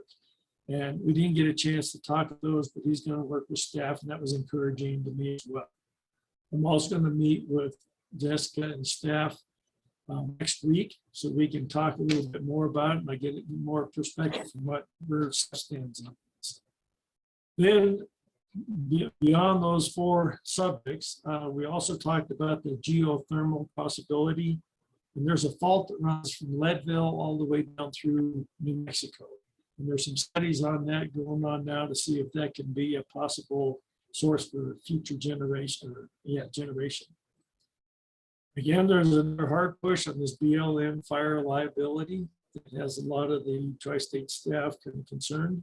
And then one other thing came up on the radar that was of great concern to Tri-State is there was a gas generation plant that was built in Montana people that are building it, the company has put $180 million into this. And a district shut it down because of the permit. They had to lay off all employees and they're stuck in the water. That's a great concern because, you know, Tri-State, part of their resource plan is gas generation towards the end of the decade. And it's also been mentioned with LPEA. We're going to need some gas generation if we go out on our own. So that we'll have to just keep an eye on that. So that's all I have, and I'll take questions. And it looks like Rachel, you have a question. Yeah, thanks, Kohler. Do you have any more kind of context around that denial of that plant, and if it was just a one-off because they filled their papers out wrong, or it sounds like Tri-State's concerned, so is it more systemic? There's something else that's at issue? I don't have more detail, but I think it's not just a small deal. You know, they had to lay off all their employees. They got a ton of money into this thing, and it sounds like it's going to be a battle for them to go forward with it. But if I find out, I'll let you know. Right now, I don't. Kirsten? Yeah, thanks. A few thoughts. Speaking of that gas plant, there was a report by Brattle out, I think this last week, that DERMS and something else can equal the output of a gas plant. So I'm sure Tri-State knows that and is looking at that. But it's an interesting report, and I would recommend all directors take a look at that. I want to highlight the budget that you were talking about. More so than ever, we should be really looking carefully at that budget as a member system, because that budget will drive the formula for the rate design. So if that, so depending upon where things are put in that budget, those are the things that will then go into the rate design. And I know that there was a promise to pay more attention and to make sure that the member systems got it earlier. And do you know if there's been extra effort on that to get that budget out and getting looked at and getting briefed on? Kohler? I think that's happening this next week. I'm trying to think back. They're going to give us a hard copy of the budget. I don't know the exact date. That's going to come out this week or the beginning of next week. And I don't know, or maybe Jessica answers if that meeting on the 23rd is also for CEOs or CFOs or anything else. I'm not too sure. I imagine it's probably open for. Yes, we'll actually, Carl and I will both be listening in on that. Super. Yeah, I certainly appreciate that, those extra set of eyes and really going over that. It's always been incumbent on the Tri-State board to be very careful with the budget, and now it's more interest than ever in it. So I appreciate your work on that, Kohler. And then my last question is about this report that we're looking at itself. Also ends up on our director page under the resources. It ends up on the same page with our minutes and our video and such, which I super appreciate.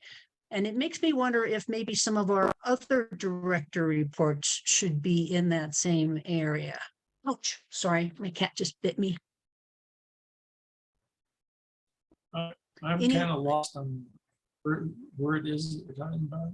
Oh, Sorry. yeah. So on if you Google LPEA board resources, you'll see it lists all of our meetings, and next to each of our meetings, it'll have, if they're available yet, it'll have the agenda, the minutes, a click for the recording. Also, it has Jessica's report, has the dashboard report, and it has a Tri-State report, which I find very helpful. And I think that's good information that I think our members should have. And I'm wondering, since that director report is put out there, it kind of goes back to that, what I was talking about with the minutes. I get that it doesn't belong in the minutes, but does it maybe belong, do our other reports belong out in that place under the director of board resources? And this isn't a question for you, Kohler. I'm sorry, this is a broader question, and I can ask it again on email so we can discuss it separately. Well, one of the things that I do is when I do submit it, I do let Janelle know that this can be shared with the public. Certain things that can't be, that this can be. So maybe that's a thought for anybody else. If it can be shared, let her know, and then I'll leave it up to her how she takes it from there. I don't see any Super, other thank you. questions, so thank you, John. Back to you. Okay, thank you. All right, rate design committee. Oh, sorry, Just a minute, I saw sorry. Dan raise- Tim, did you have a follow-up on the previous note? I did. I thought I'd raised my hand, but I realized when Kohler said no other hands that I had not. So I apologize. Okay, go ahead, please. It's kind of a follow-up. I appreciate Kirsten mentioning the budget aspect, and this is sort of a follow-up to it. After reading your report, I had some concerns as well around the same line, which is this budget now sets our rates. And that's a pretty significant change here. And I don't know what our process is to actually look at this and provide response, right? And I appreciate Jessica indicating that she and Carl would, review that and so forth, but I don't know, what's the tenor of the sentiment of the board, I guess, here to actually review and provide some feedback? Is that something that, should the Finance and Audit Committee be looking at? Is it, I don't know. I don't have an answer. I've got a question here. This is a kind of a fundamental change. And as a member of Tri-State, we don't somehow speak up and acknowledge now that we have another responsibility to look at another budget, because it's going to affect ours pretty significantly. We're going to go through this process, and I'm not sure exactly how that process is going to play out. I'm not sure, again, that I have an answer, but the question is how do we want to look at this? How do we want to participate in that? Is that, again, is that something we ask the Finance and Audit Committee to do? I mean, they're going to pass this budget in June, apparently, right? We don't have a lot of time nor a lot of visibility. And I don't know whether this will change the process going forward. I guess I would put back a request, Kohler, about, what is Tri-State doing to allow us to be far more involved in their budget process and giving us the time to do that? Maybe we would be the only ones. I'm not sure, but it is going to have an impact. And we need to know some of this and where it goes so that we can then have our own plans to build into our budget. And perhaps, right now we're looking at, I don't think we can eat a almost 8% increase, right? Regardless of whether they said they were going to lower it to 6 or something, right? So when I look at this from a financial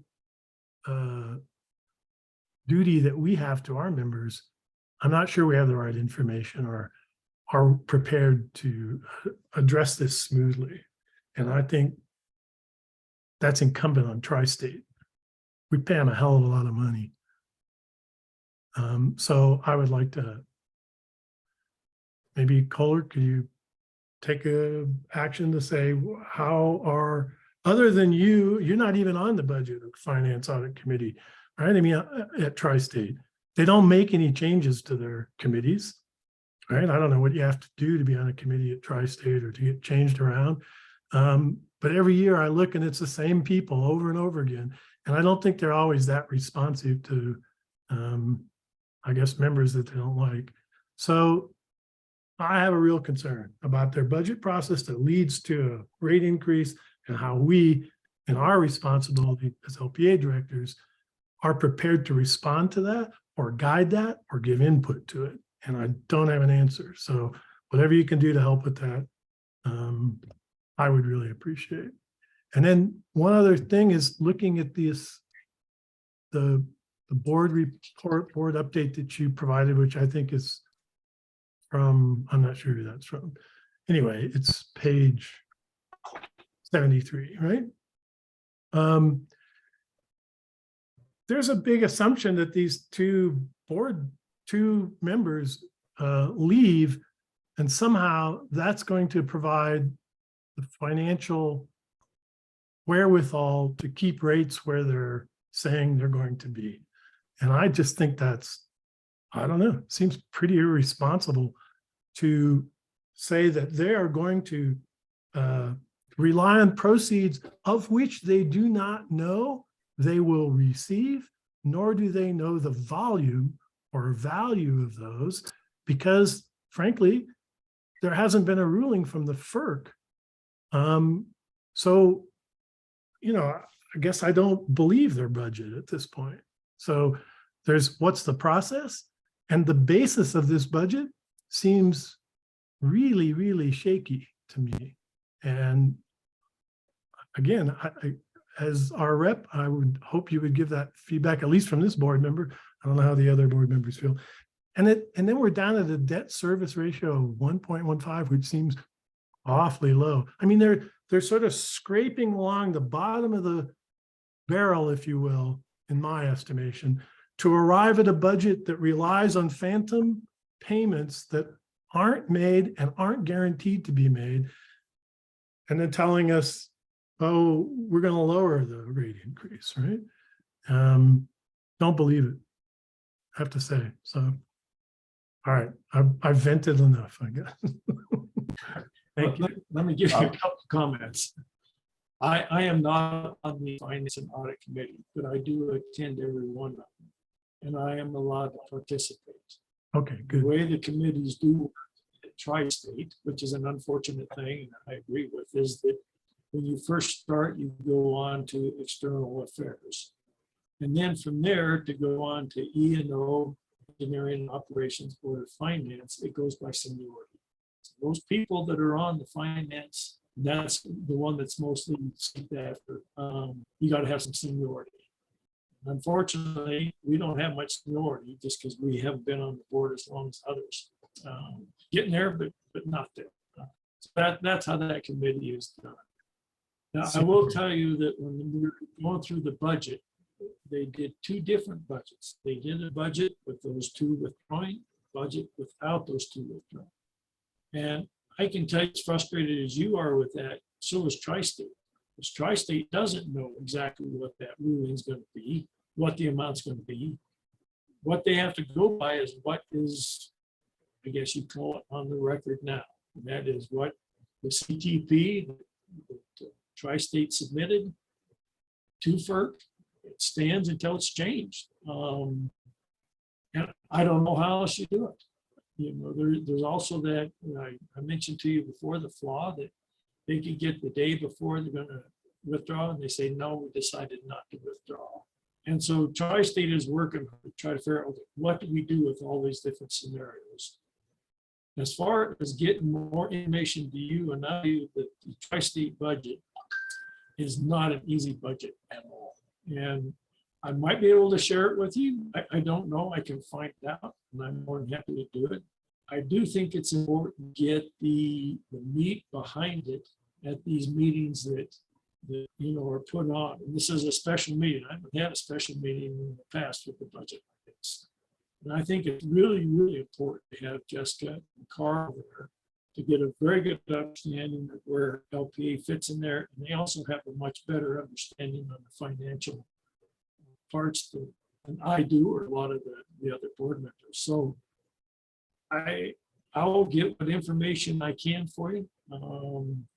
And I put in as much input as I can.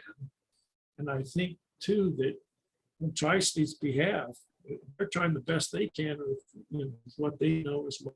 So hopefully that answered a few things for you, and I'll get some other stuff. Find out if I can get more for you. Well, I appreciate that, especially a little insight on committees and so forth. Sounds like seniority is what counts, not knowledge or experience or capability. I don't necessarily agree with that, but I don't sit on the Tri-State board. But I guess, my concern is we're going to live with this. We're going to have to deal with it. I want to be assured the basis is accurate and correct and not shaky. I'm sure everybody at Tri-State does as well. But then we have to have a process to deal with this that within our own creation of a budget and a need for a change in rates accordingly.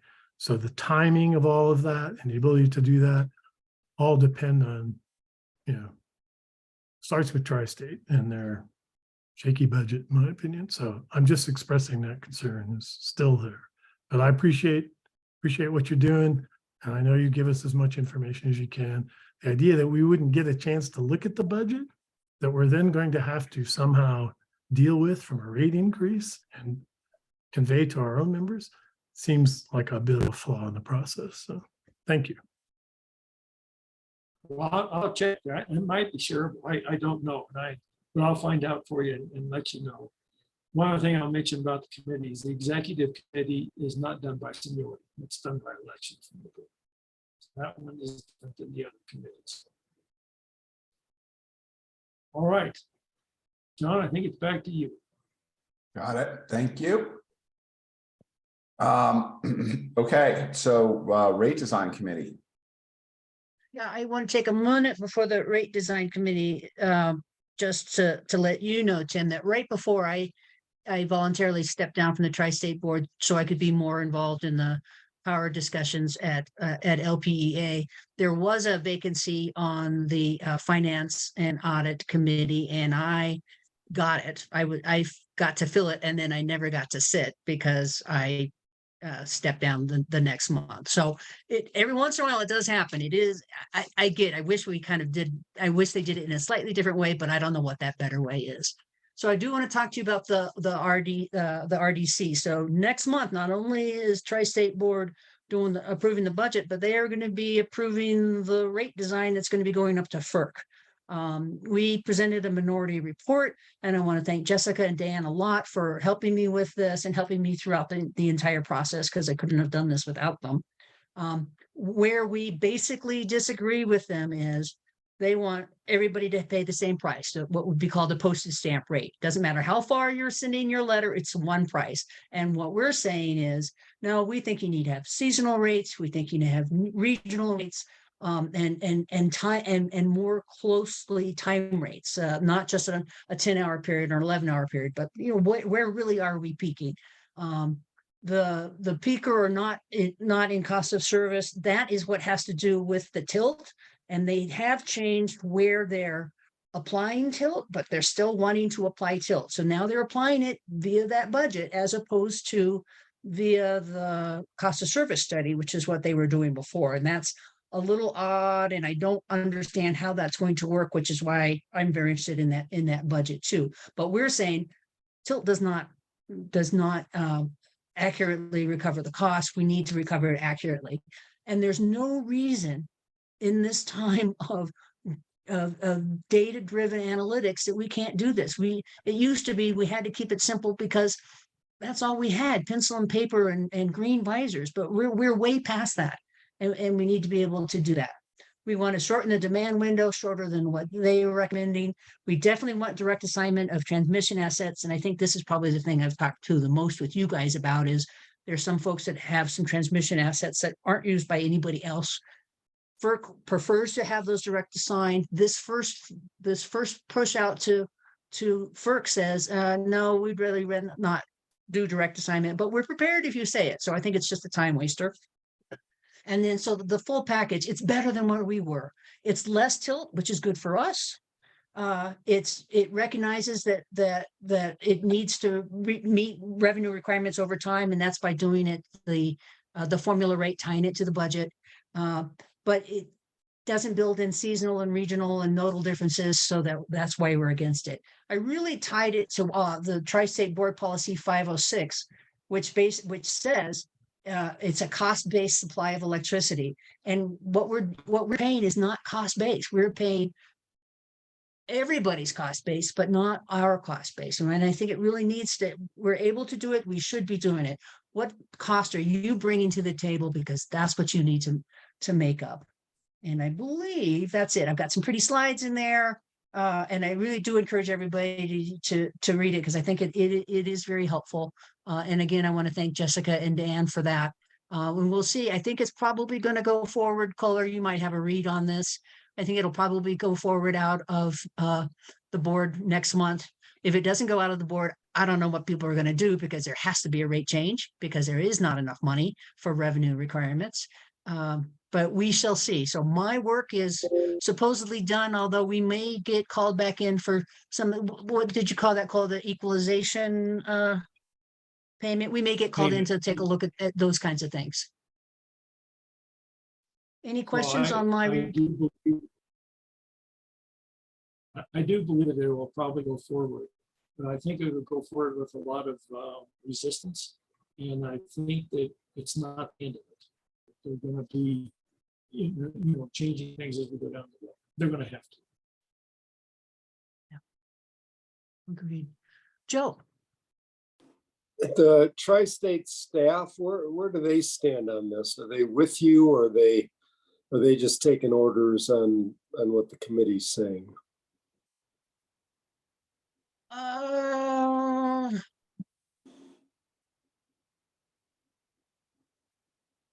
They are because they have to respond to the board and that was the rate design board. Then they are taking orders from that. They gave the board lots of options, a lot of education. They certainly recommended the tilt. They recommended the shortened window, but not short enough for our purposes. They recommended the direct assignment. So I would say pretty much for the full package, the staff is behind this, and that they helped the rate design committee get to that. And thus the reason for the minority reports. And so far there have been 3 minority reports, and Kohler, it sounds like there's some maybe not filed, but definitely some vocal minority things that we're going to be hearing coming in out of the next board. Is that correct when you say it's going to have some objections? Yeah. Yeah. I believe so. I think Ted, there's what's up? a group. I'm sorry, Kohler. So just real Kohler, quick, go. there's a group that talked about it, and they've made it known that they're going to vote in favor of the rate because they know that Tri-State needs it, but they are objecting to certain parts of it, and that they want to continue to work on those parts as we go forward. Yeah. And I think that's the reality of the situation. Something has to go forward, but we need to get back to that drawing table so bloody fast. It's ridiculous. Ted.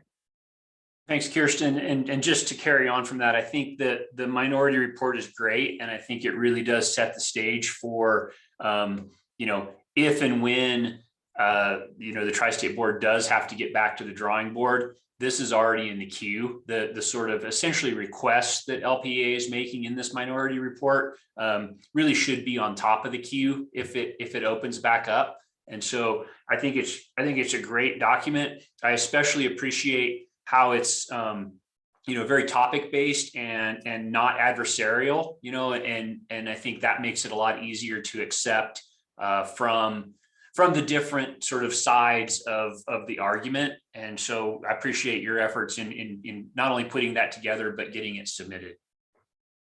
Great. Thanks, Ted. Anything else? All right, John, that's it for me. Thank you.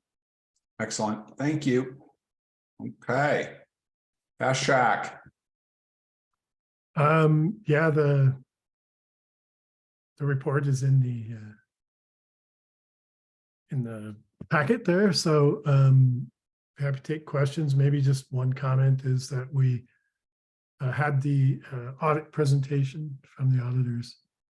It's a very clean audit with no material issues. Things seem remarkably well in order financially over there, considering that we just added last year someone who's kind of a finance person, if you will, after having a gap for a while. So I was expecting maybe a few more issues, but we didn't see them. That's good. That's good testament to Kelly's oversight, I think, management oversight and operational excellence. So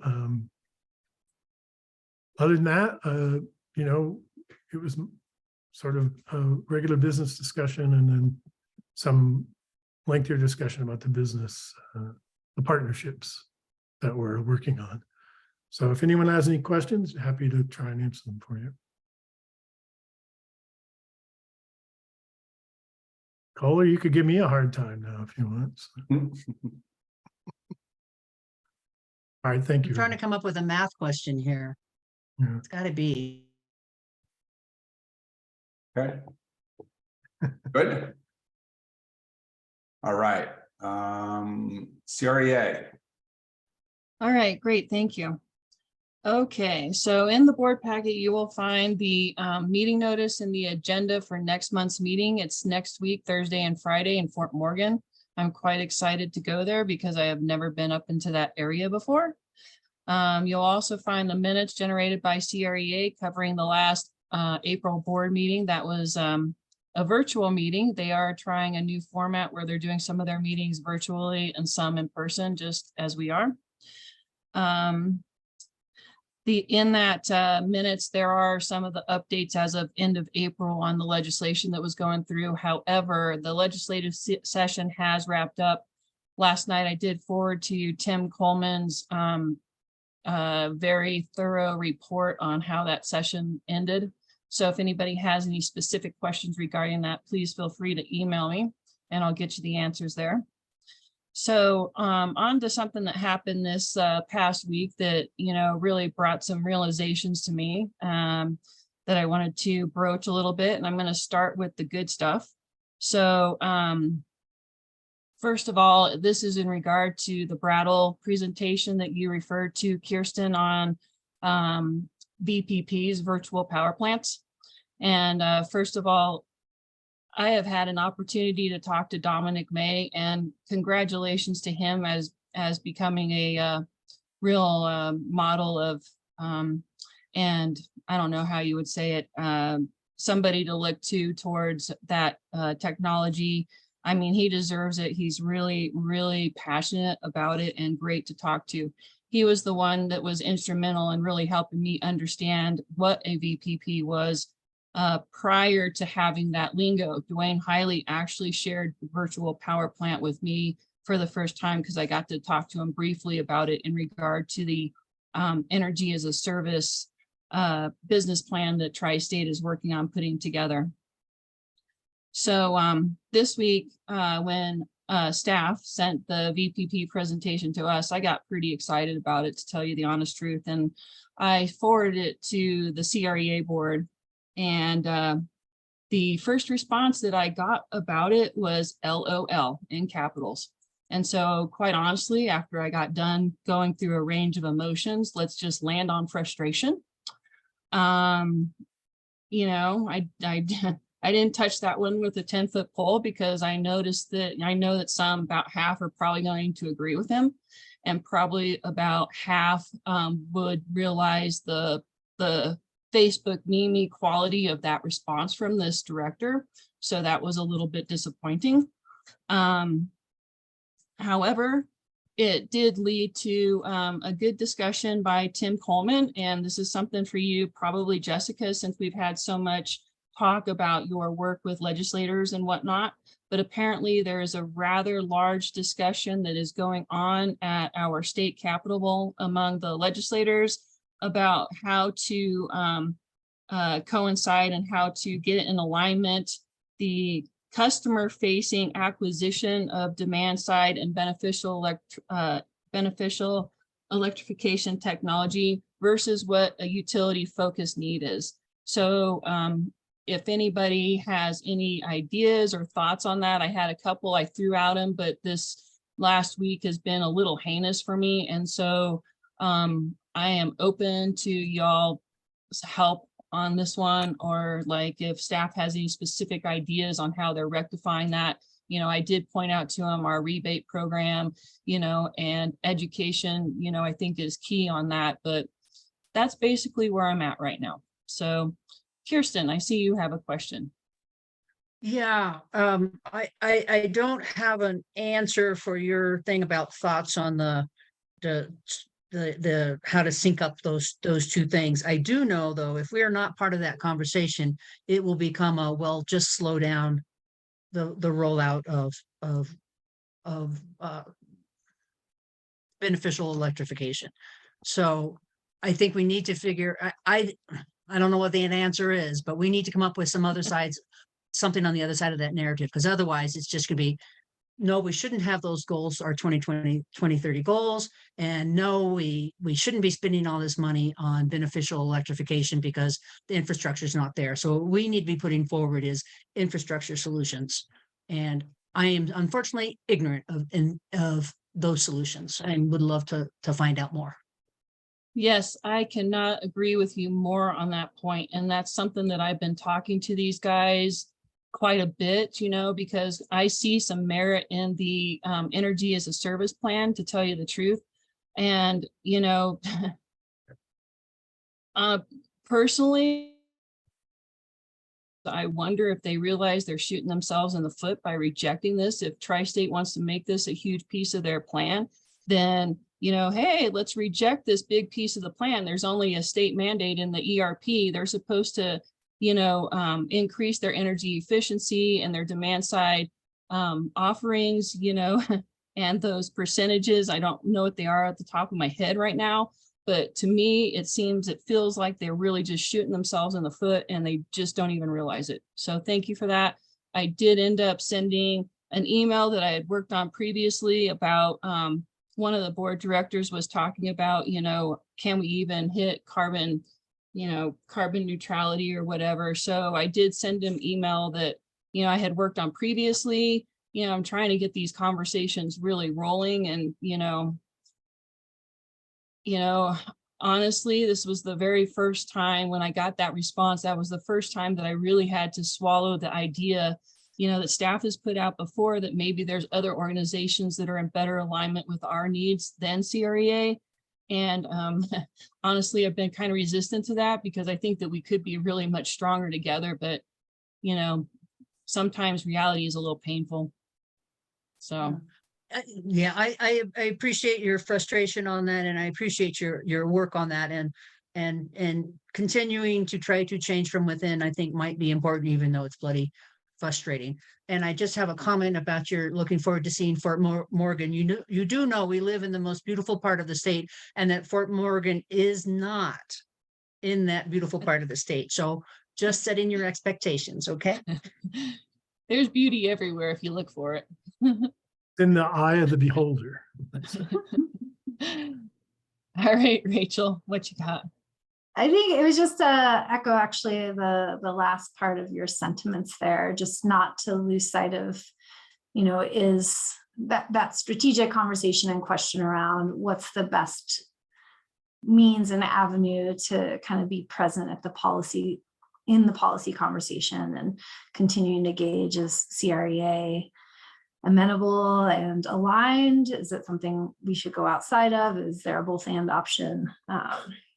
Yeah, so thanks for keeping your eye on that and for the hard and frustrating work, sounds like. It's my pleasure and duty to serve you all in LPEA in this regard. So thank you for that. Okay.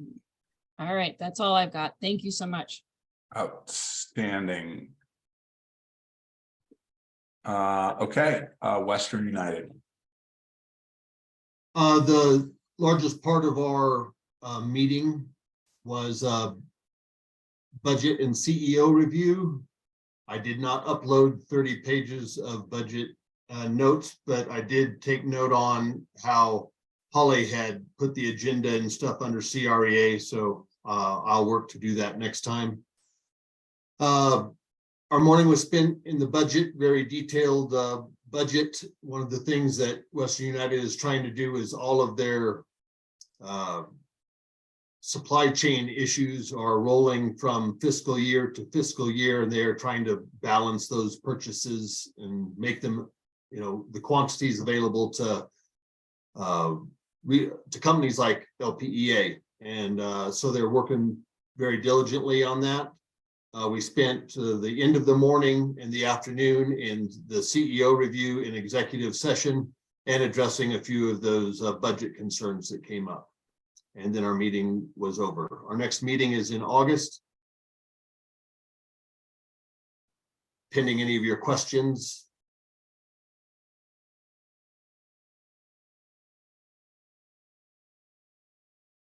fish fry time in August. Yes, I believe you're right. It's a fish fry in August. I'm not sure that how includes that's a going tour- to make the agenda either. Joe has his. and that and that includes a tour of their facilities, which is a great thing. So if anybody happens to be up in that area, not only can you get a great feed, but you can also tour their facilities, which are pretty impressive. John, Joe has his hand up. Joe. Yeah. And where they're in Commerce City? Brighton. Brighton. Okay. Just I Yeah, guess question. Denver Metro. Yeah. And Carl noted in the report about increasing cost of equipment. I'm assuming this is across the board.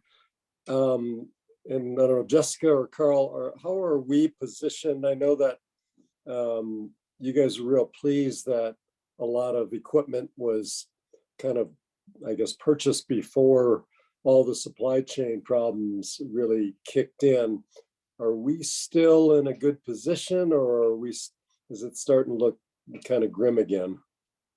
Yeah, I'll let Carl answer that, because he's been working really hand in hand with Jerry and their team to develop a process and be more on top of it than in the past again. So Carl, do you want to describe your process and what you guys are feeling on equipment? Sure, I think we're in a better position than the majority of co-ops. It's not ideal. There are long lead times for a number of items, but as Jessica mentioned, my team and Jerry's team have done some great work in tracking what we have and what we may need and being more proactive. And I believe, Jerry, it would be fair to say you haven't really been held up yet. We kind of anticipate it could happen, but by being proactive and being very much on top of what we have, we're also, I think this is something Jessica mentioned before, but our inventory system is absolutely first class. We have less than a fraction of a percentage of issues each month, where 4 or 5% is quite normal for a co-op. So we know exactly what we've got. We know what we need. And we work very hard with Western United. They've been a good partner. So I think we're in a good spot, yes. We've got the gear we need to get us through the big summer construction season, all these capital projects we've got going. Is that looking pretty good? I think so. There's probably a few bits and pieces we need, but I know, Jessica, you've seen some of the big requisitions coming across your desk, and we go very far in advance of what we need. Okay, thanks. And then, Joe, a little bit more on the Western United side of things. Record sales for Western United, some of them topping $25 million a month. The question keeps coming up from the board: what part of this is record sales because of inflation? And they are trying to stay on top of that supply chain issue to get it in, so that when Jerry wants it, I guess that it's available to him and Carl can pay for it. So that was that deep dive that we were doing in the budget to make sure that that was staying open for all members with Western United.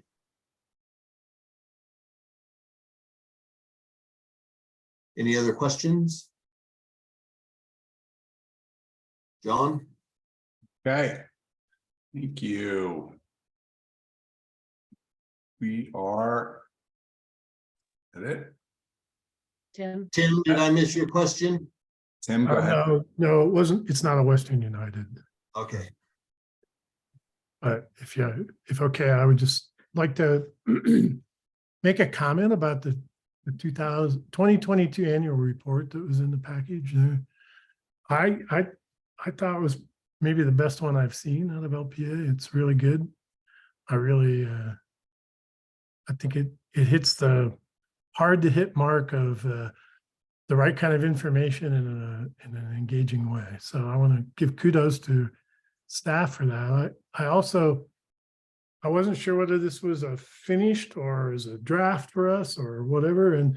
And curious how you plan to utilize this, especially with the annual meeting. Yeah, Tim, thanks for that. Kudos, because it was really Elizabeth and I's first effort at really putting an annual report together. Hillary put the bones on it for us before she left, and then we really worked on fleshing it out and how to write it in a way that the community would understand and not be jargony. So it was really a big LT effort. As you could see, all those charts, Carl spent a lot of time, and Dan, disseminating information to try to show it in an easy way. So appreciate that. Yeah, it is. If you have edits for it, we're actually taking those today, I believe. Is that right, Elizabeth? Because we got to get it out pretty quickly to the membership. So if you do have issues that you see, end of day today. So if you do see misspellings or grammar or issues or questions, if you could please let me know today. I know that's short notice, but we did send out the packet on Friday. That would be helpful. And it will be given to the public in electronic format. And we will be speaking about this at the annual meeting. If that helps, Tim.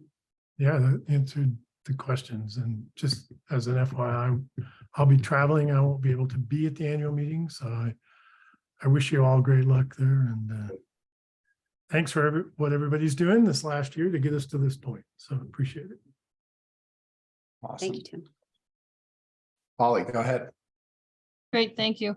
Here on your comments, Tim, that annual report was fun to read. It was educational and fun. But I'd also like to tip my hat to Sue McWilliams for your service to the board, and I'll miss you. Thanks, Holly. I'll miss you guys too. Well, you can come and get your 5 minutes anytime you want. Right after Graham reads the rules. Yeah, I will.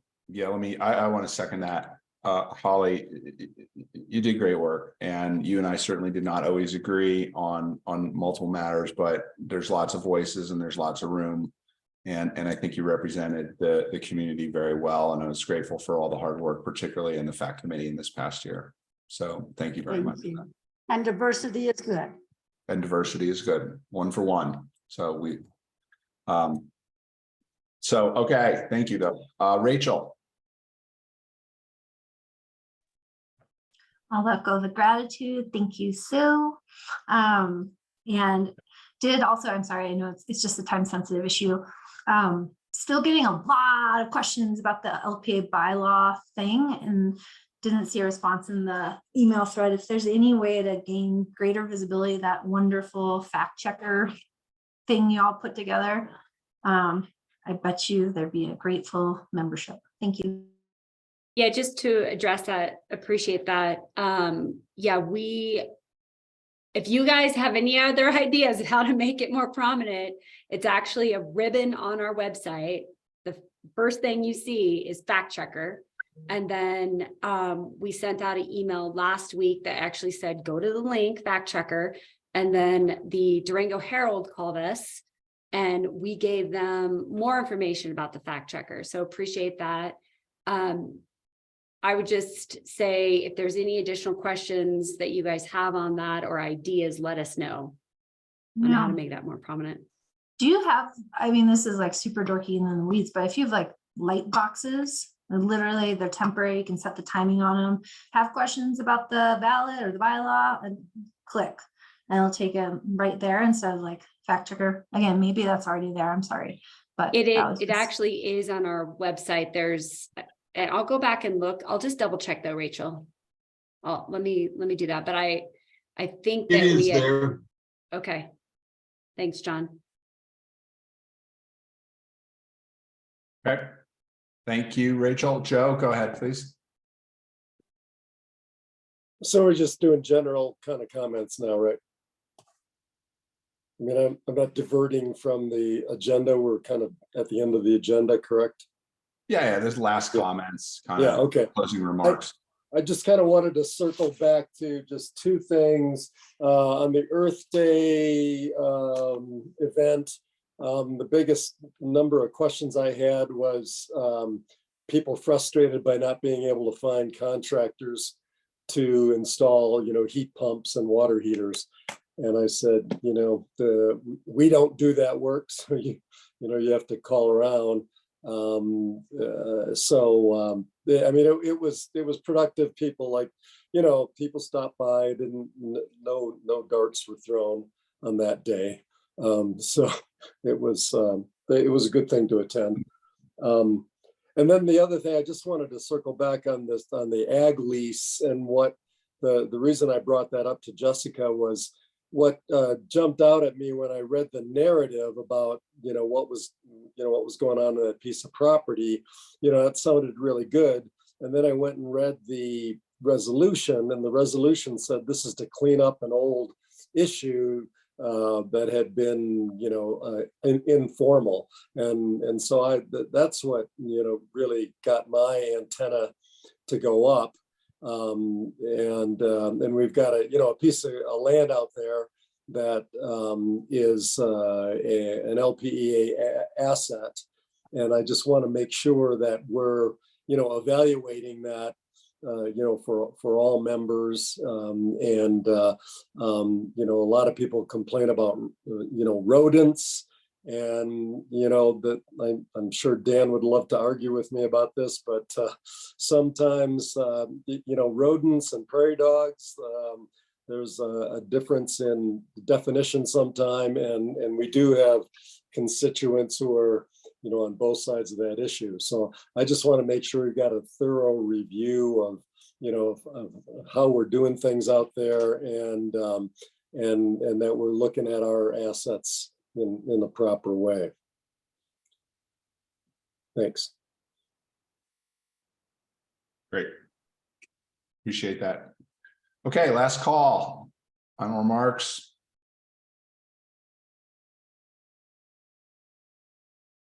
Okay, this meeting is adjourned. Thank you guys for all your work. Thank you, everyone. We'll see you out and Thank you. about. Thanks. All righty, bye-bye. Bye.